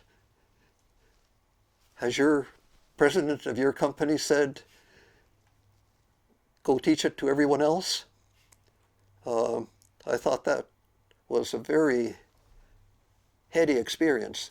What was also interesting about the Unix group was that there was an expectation of you learning from others. The original Unix operating system was very open, which, if kept the way it was, would not be suitable in this world environment. But I learned so much by being able to read other people's code and being able to use other people's programs. I mentioned being a very early user of the typesetting programs to be able to write my papers. The other aspect of the Unix group, of the Computing Science Research Center, is every week we had a seminar that some member of the center had to give.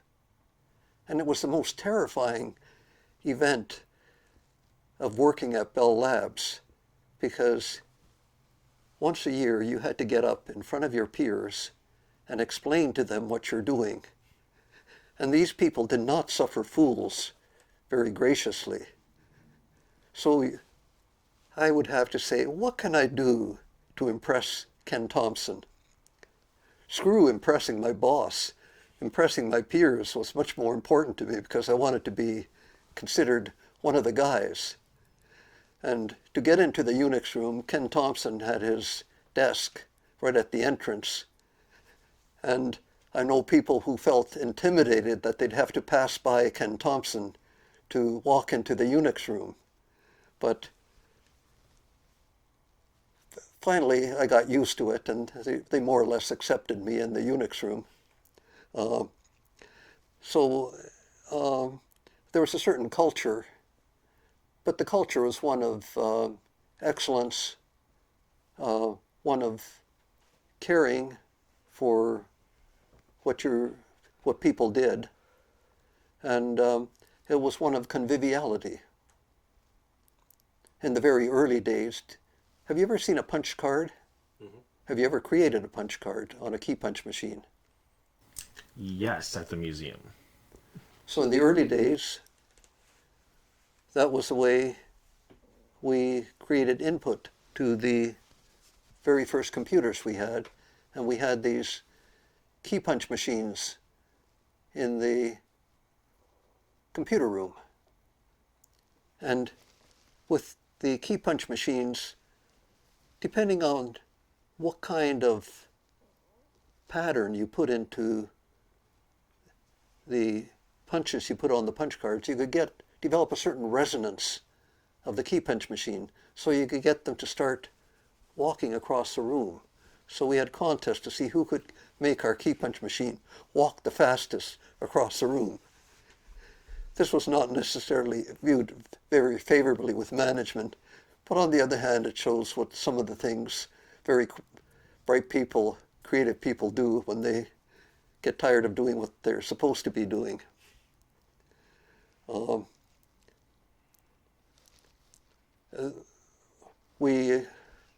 don't think I should go into some of the other stories of what we did, but there's a lot of conviviality in the in camaraderie amongst the people in the Unix team. Do you, earlier you mentioned some other collaborations with some of the other team members. Would you mind discussing a few of them? I mentioned I was in the seminar where I was doodling on some recurrence relations and solutions to the recurrence relations. Sitting next to me was Neil Sloan, who had written the Bible called the Handbook of Integer Recurrences. And he was looking at my recurrence relation. It was looking at how fast a particular parsing algorithm worked. And then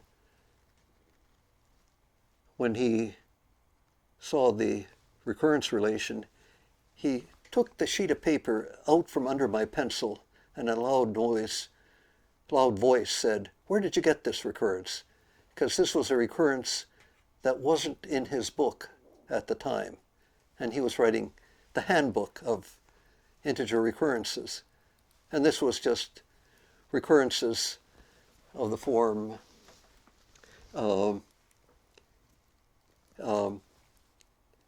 x to the n is equal to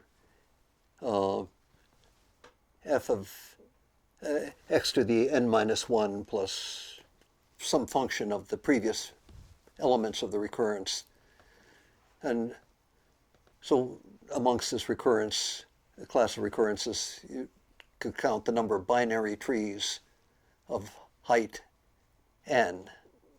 And that sort of comes up in parsing theory. What we did was we generalized it to a very general class of recurrences, and showed that all the solutions to this generalized class of recurrences were doubly exponential. So if you want to count the number of Boolean functions on n variables, there are 2 to the 2 to the n Boolean functions on n variables, so they're doubly exponential.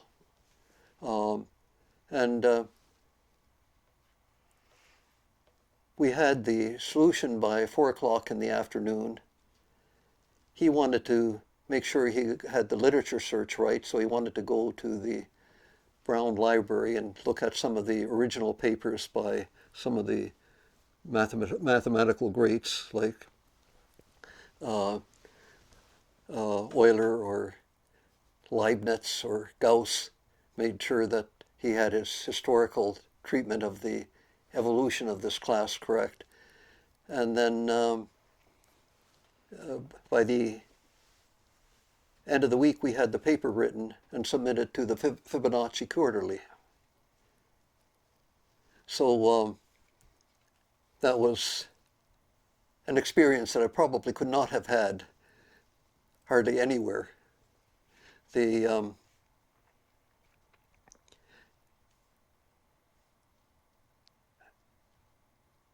other experience of this nature was working on database systems. There was a lot of interest in database systems in the 70s. You may have heard of relational databases, languages like SQL. So it was Jeff Ullman who was really spearheading this effort into database systems and database queries. So we did some work with some students that were at Princeton at the time, like Catriel Berry, and wrote some fundamental papers on the complexity of database queries and how to optimize database queries. And I got to meet some of the people like Ted Codd, who founded relational database theory, in some of the seminars that we had orchestrated. And this brought people at Bell Labs into the world of relational databases and database queries. Another way of keeping up with the times and learning new fields. So I sort of categorized the 70s. I was big into algorithms, starting into compilers. The 80s were, and also beginning of databases, 80s more on databases, more refinement in these fields. In the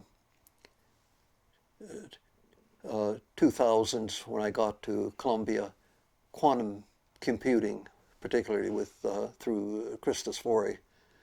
And I did a brief digression into computational thinking. I don't know whether you've heard that term, computational thinking.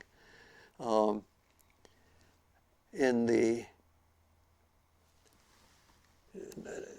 1990s, I wrote a book, 2 books with Jeff Ullman on the foundations of computer science. They're the they're somewhere up there, the foundations of computer science. They have a turtle on the front cover. Jeff liked putting fanciful front covers. You know, there's this phrase, it's turtles all the way down. And then on top, at the top turtle were things like yacc, lex, relational databases, and so on. But in the book, the first chapter is entitled Computer Science, the Mechanization of Abstraction. I created this title because I think of computer science as the mechanization of abstraction.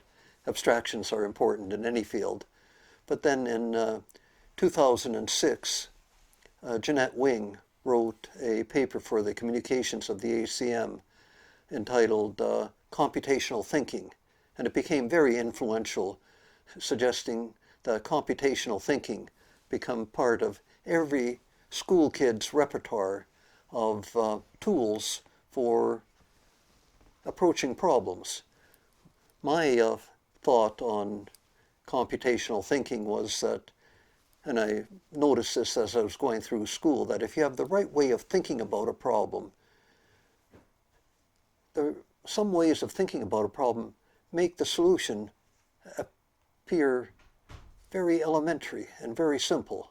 So my idea of computational thinking is you have to come up with the right abstractions and the right computational model for a problem so you can then create the solutions out of computational steps and algorithms. And so this view of computational thinking of what are the right abstractions that we should be using to think about problems is, first of all, thinking of the right problem is more than half the battle, but coming up with the right abstraction is then a very important part of going to a solution. And if we look at Unix, Ken Thompson had these abstractions that everything should be a file, and the file should be the unit of interoperability amongst the programs. That gave enormous leverage in the design of the software that sits in an operating system. If you looked at some of the IBM systems of the past, every program had its own file formats, and it was a nightmare to get the output of one program to be adopted as the input to another program.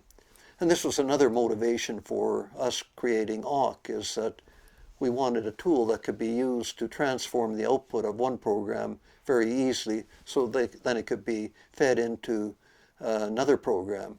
And McElroy had come up with this idea of pipes long before as a way of connecting programs together. He thought that programs should be connectable just like you can connect pieces of garden hoses together, screwing in one piece of hose into another. And that gives enormous leverage in piecing together programs.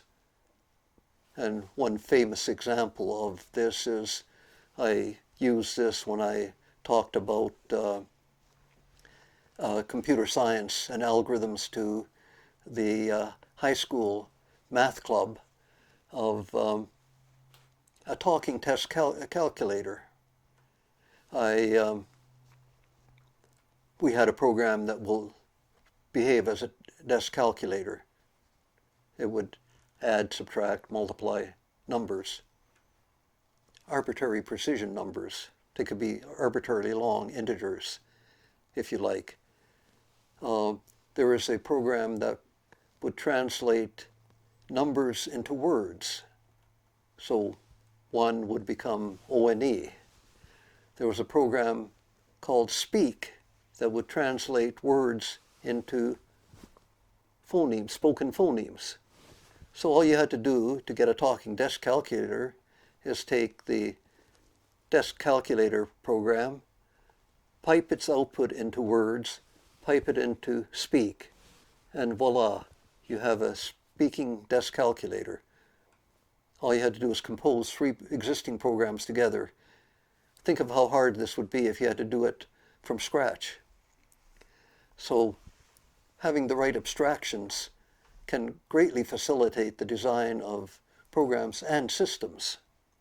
So I think finding the right abstractions is an essential component of solving problems, and that's why I'm a big fan of computational thinking. You left Bell Labs, joined Columbia in 1995, but then you returned to Bell Labs in 1997, and then you were there until 2002.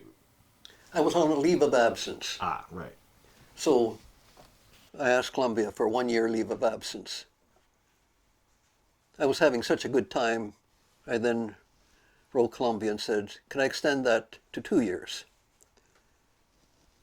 Iterated this when it came up to the end of the 5th year, the provost said, "Are you coming back? Because if you're not coming back, we'll get rid of your position." So I said, no, I'm coming back, because I still had this dream of wanting to teach and work with students. So I came back. And but I was, when I was at Bell Labs on that leave of absence, I was part of the senior management of research. I was an assistant vice president for research and the vice president of the Computing Science Research Center. So at Bell Labs, they had the good philosophy of appointing as research managers people who had done significant research, so they'd understand what it takes to do research. This is a very good philosophy for the people who are actually doing the research, but very bad philosophy for the people who are the research managers, because then all of a sudden you get into management questions, and that takes away time from doing your first love, pure research. So that was another inducement to go back to Columbia, so I could research, do work with students, to teach. One of the experiences that I had, particularly when I had a stint at Bellcore between Bell Labs and Columbia, because I wanted to learn how software was done in practice, and a good friend of mine was the vice president in charge of software development at Bellcore. So I thought if I worked at Bell Labs research and watched how he managed software development, that would allow me to be able to teach software engineering at Columbia. I have a strong feeling that people who teach should know what they're talking about. That's not often true, unfortunately, but it was a good experience, and it also facilitated why the students in my programming languages and compilers course could finish building their compiler in 15 weeks. When the students graduated from Columbia and the interviewers talked about what courses they had taken, they heard about the programming languages and compilers course, the interviewers often said, "Gee, I wish our software developers would do software that well," because there is a history of software being buggy and not delivered on time. And I did not want to teach such bad habits. But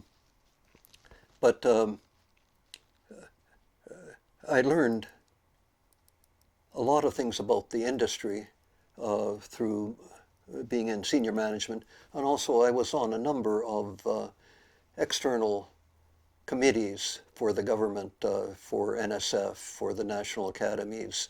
I had been invited to chair an evaluation committee for computer science research and teaching in Finland, which was an interesting experience in international relations.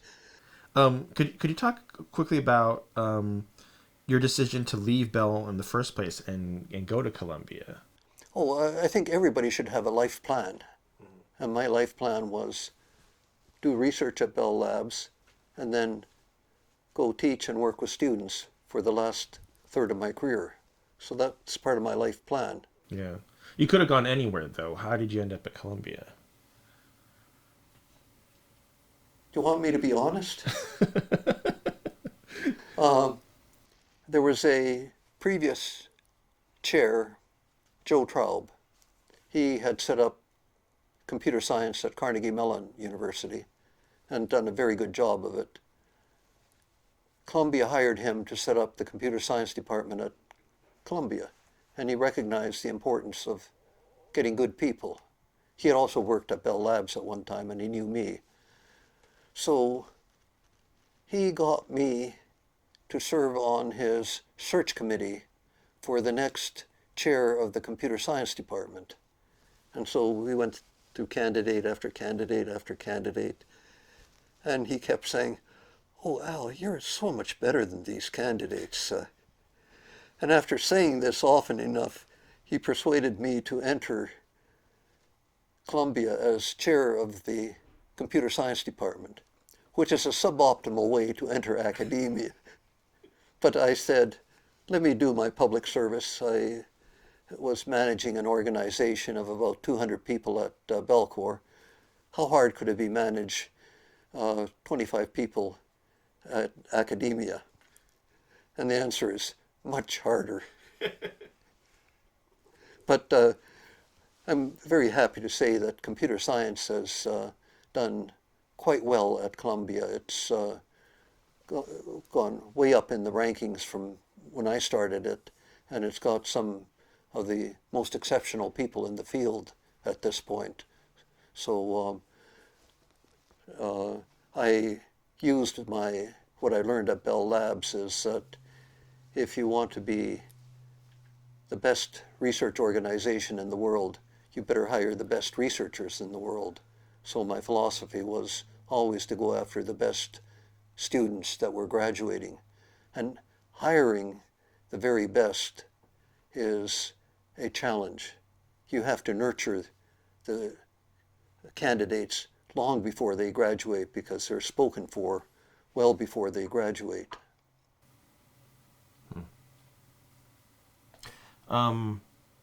So when you went back to Bell Labs in '97, it was part of Lucent at the time? Yes. As you know, AT&T was like a mothership that kept spawning organizations over the passage of time. And it had a microelectronics manufacturing division, Western Electric, that was spun out of AT&T. And there was a divestiture in, I think it was '84, where AT&T kept the long distance business. It spun out the local business through the regional bell operating companies, and it spun out the manufacturing arm. And Belcour was created as the research arm for the local operating companies, and it was split out of Bell Labs research and other parts of Bell Labs so that it would have the technical base to provide the advice and guidance to the local telephone companies. So it had some very good people. And as I said, my good friend Bob Martin had gone off to Belcour, so he knew that I was interested in going to academia sometime, but also interested in teaching software engineering. So he recruited me from Bell Labs to go to Belcour. And then it was, maybe I shouldn't say this, it wasn't as hard leaving Belcour as it was leaving Bell Labs to go to Columbia, because I already made one major transition in my life. And it came at the right time because Belcour was then sold off to SAIC. And I'd also discovered what venture capital can do to a organization. You see this in Silicon Valley all the time. And the second owner of a company, a startup company, isn't necessarily as like the first owner. And many of the people who set up startup companies are not capable of managing more established companies. Yeah.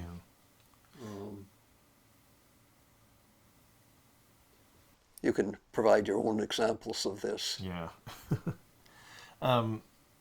Could you talk about, like labs like Bell Labs and Xerox PARC I guess even if they formally exist, they're not as dominant as, in terms of like churning out, the industry changing innovations the way that they used to. Could you speak to maybe why that is, or, what's happened to these types of corporate labs? Oh, an enormous amount has been written about these, and Bell Labs in its heyday was, Bell Labs was created, I think, in 1925, formally. It was sort of split off, part of Western Electric Engineering.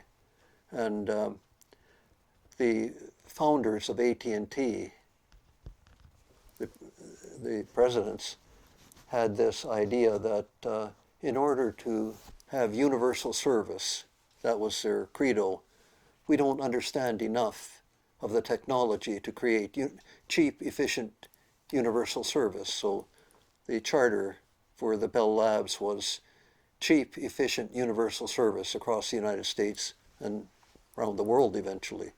So they created this organization that had this long-term view and stable funding. And the people who started Bell Labs also realized that they needed scientists who could create the technology to support this vision of universal service. So a lot of the work allowed the researchers to spend some time thinking about what kind of technology they should create and develop. It wasn't what can impact the next quarter's financial statement. It's what kind of technology can we develop in a period of years to improve things. So it was that backdrop that created an atmosphere for creating impactful, high-impact scientific and technological innovation. And maybe one of the most significant things that came out of Bell Labs was the transistor. The transistor was a cost reduction for the electronic equipment that was being used to run the telephone industry. But on the other hand, it created the global information infrastructure, or facilitated the creation of the global information infrastructure. Unix revolutionized operating systems. It was a follow-on to the Multics project, the purpose of which was to help develop the operation support systems for the telephone industry. Well, it turned out that Unix did a lot more. And you don't know this with fundamental inventions, that they can be used for many more purposes than what they originally people thought that they were for, or the funding was for. Did ARPA know that ARPANET would become the internet? They say yes now, but having worked with some of the predecessors of the internet, like NSFNet, nobody realized the wealth of information and technology that's present on the internet today, and how it's changing the world and has changed the world. And essays are being written on whether it's for good or for ill. So good people, long-term vision, stable funding. Also being in the right area at the right time is, at least from my personal perspective, a very good thing, because it's much easier to innovate and solve important problems as a field is developing, rather than in a field that's several hundred years old. If we take number theory in mathematics, you probably have to spend several years of hard studying to get to the research frontiers in order to make a contribution. And then when you make a contribution, maybe there'll be 3 or 4 people in the world who will understand the proof of your theorem. In the early days of computer science, it was very easy to innovate, come up with new algorithms for important problems.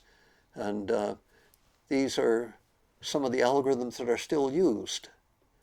So timing is also, having the right timing is also good.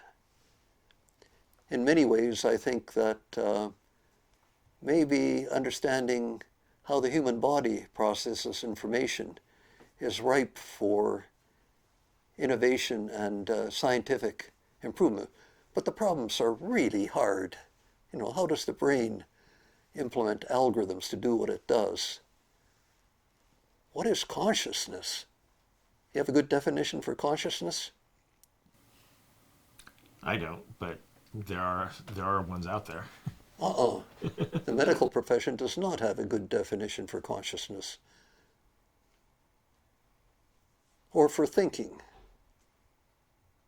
A good definition in the same sense that mathematics, physics, and computer science demand good thinking, good definitions. Do you know a good definition for love?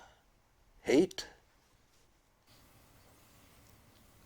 I mean, I would wonder, is it possible even to strictly define everything?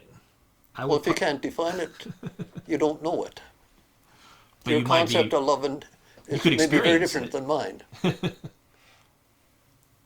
Yeah. That goes back to the communication question. that we talked Exactly, about originally, exactly. You know. And you know, the physicists say if you can't measure it, it's not science. Right. Okay, I'm going to start wrapping up. Please do. Last few questions. Can you talk about receiving the Turing Award and what it has meant to you? Well, I have, what is it called? I don't deserve it. So why I got it is still a mystery to me, because I don't think I've done anything that is really that important. So I'm happy to have received it. Some people say it's had a big impact, or at least the work that I've done.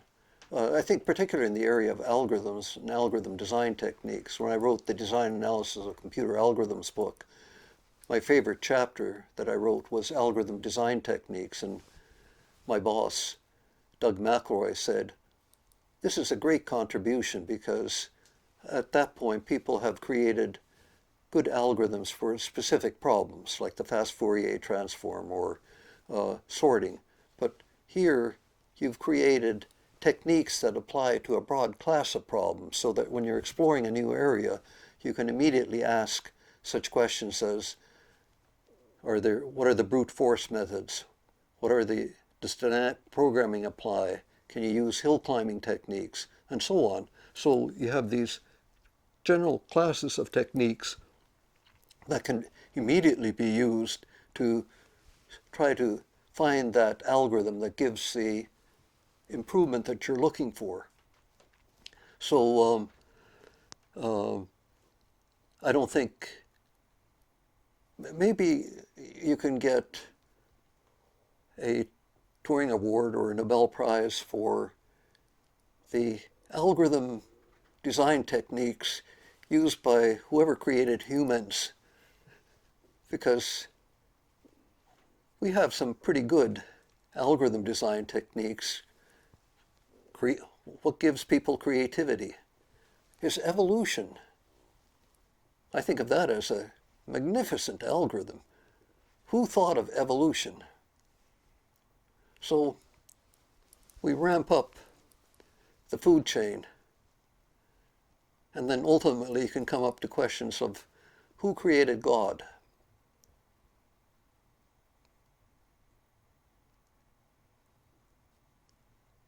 I don't have an answer to this, but there are some truly mysterious open problems confronting humankind, philosophical problems. And I think the philosophers have recognized this many millennia ago, because the questions that they look at are what is reality?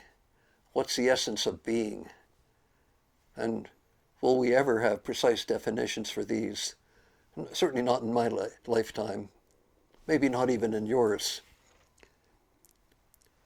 But you could certainly make some award-winning contributions by coming up with measurable definitions or measurable metrics for some of these big-ticket questions. Thank you. And last question. What advice would you give to a young person starting out in your field today? An excellent question. And my advice is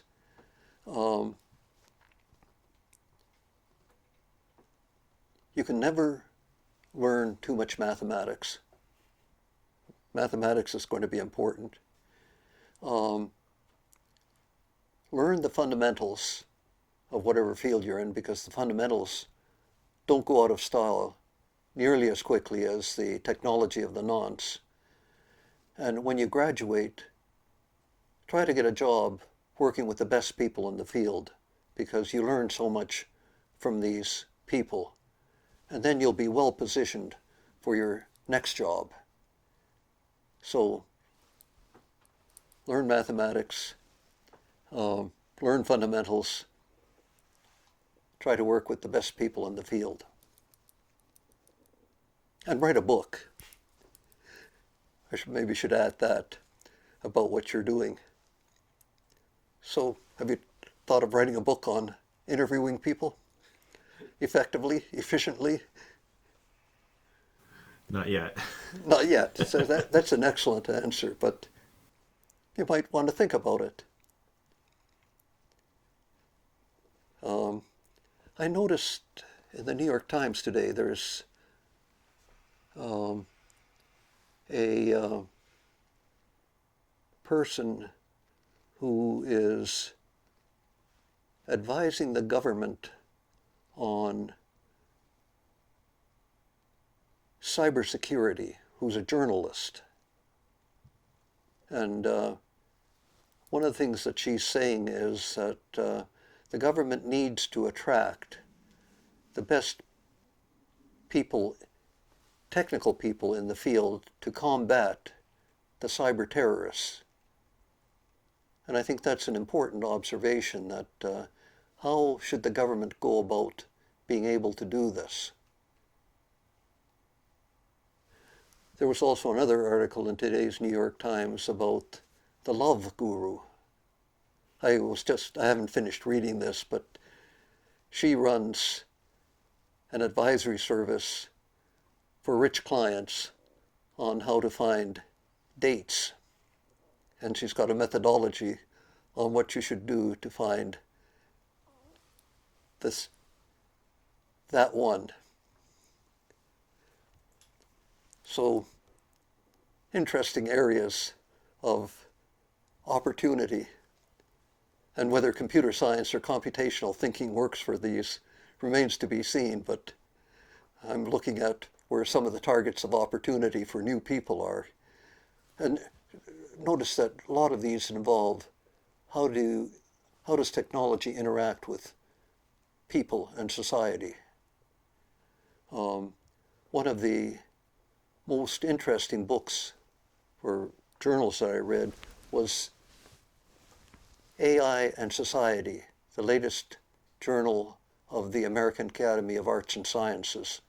It talks 25 articles talking about AI and its interactions with society, and asking such questions as, how should we regulate AI? Who should regulate AI? Ethics for AI. And I'm astonished at what these large language modules like GPT-3 are now capable of. I don't know whether you've read any of the stories that it generates. The last article in this journal was giving GPT-3 the questions on the Oxford final exam and looking at the essays it wrote as answers. Is the Turing test a good test for artificial intelligence? I was amazed at the erudition of the answer and the reasonableness of the answer, or comparing two philosophies of philosophy. And did you see that somebody at Google has been put on administrative leave for saying that their latest large language system exhibits sentience? Yeah, I saw that. So, do you think we'll ever see sentience in AI? You've That's a good interviewed a question. lot of interesting people. Ever? I mean, forever, that's a long time. Forever, in my lifetime, I don't know. Yeah. Yeah. So, but this is what the current technology, these are some of the questions that the current technology engenders, and maybe with more pungency than before. So, and a question I once asked yesterday, since I interact with a bunch of lawyers in a discussion group: should the law sanction marriage between a human being and an AI? It's Pride Month, so let's just extend it a little. What do you think? Well, that depends on if an AI is considered equivalent to a human in certain ethical terms, or... The law has nothing to do with ethics. It's whatever the politicians decide it should be. That's true. So if they decide, if we got a bunch of computer scientists in Congress, we could pass such a law, amend the Constitution.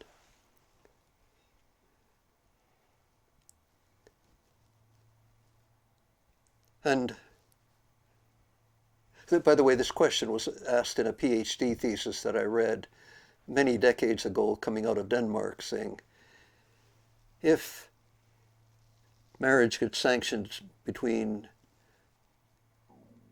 AI and an AI, Denmark will be the first country to do it. He was Danish. My last question actually is, we were just talking about AI and ethics and AI in society. There's been a lot of, the word algorithm has kind of taken on a negative connotation in the last That's couple because of they don't years. know the definition. Right. So what is an algorithm? You mentioned earlier it's a recipe. Precise definition. A Turing machine that halts on all inputs. Right. So that has negative connotations? It's a mathematical definition. No emotion, just mathematics. Right. So that really comes down to when people are saying the word algorithm. Why don't they say this about a recipe? Yeah. Well, that goes back to the communication issue, Yeah, right? exactly. We're defining the words in two different ways. You made my point eloquently.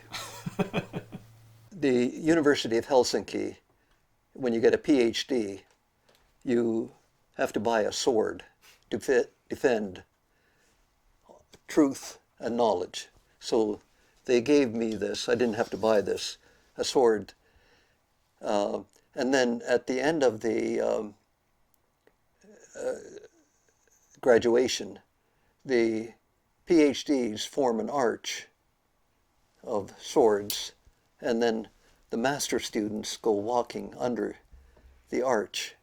So an impressive ceremony. They don't have such impressive ceremonies at American universities for the PhD. The Europeans are much more flamboyant in their awards. their costumes tend to be much more colorful, and so on. Although American universities have pretty interesting graduation gowns these days too. But that's been one of the more interesting trinkets that I've gotten.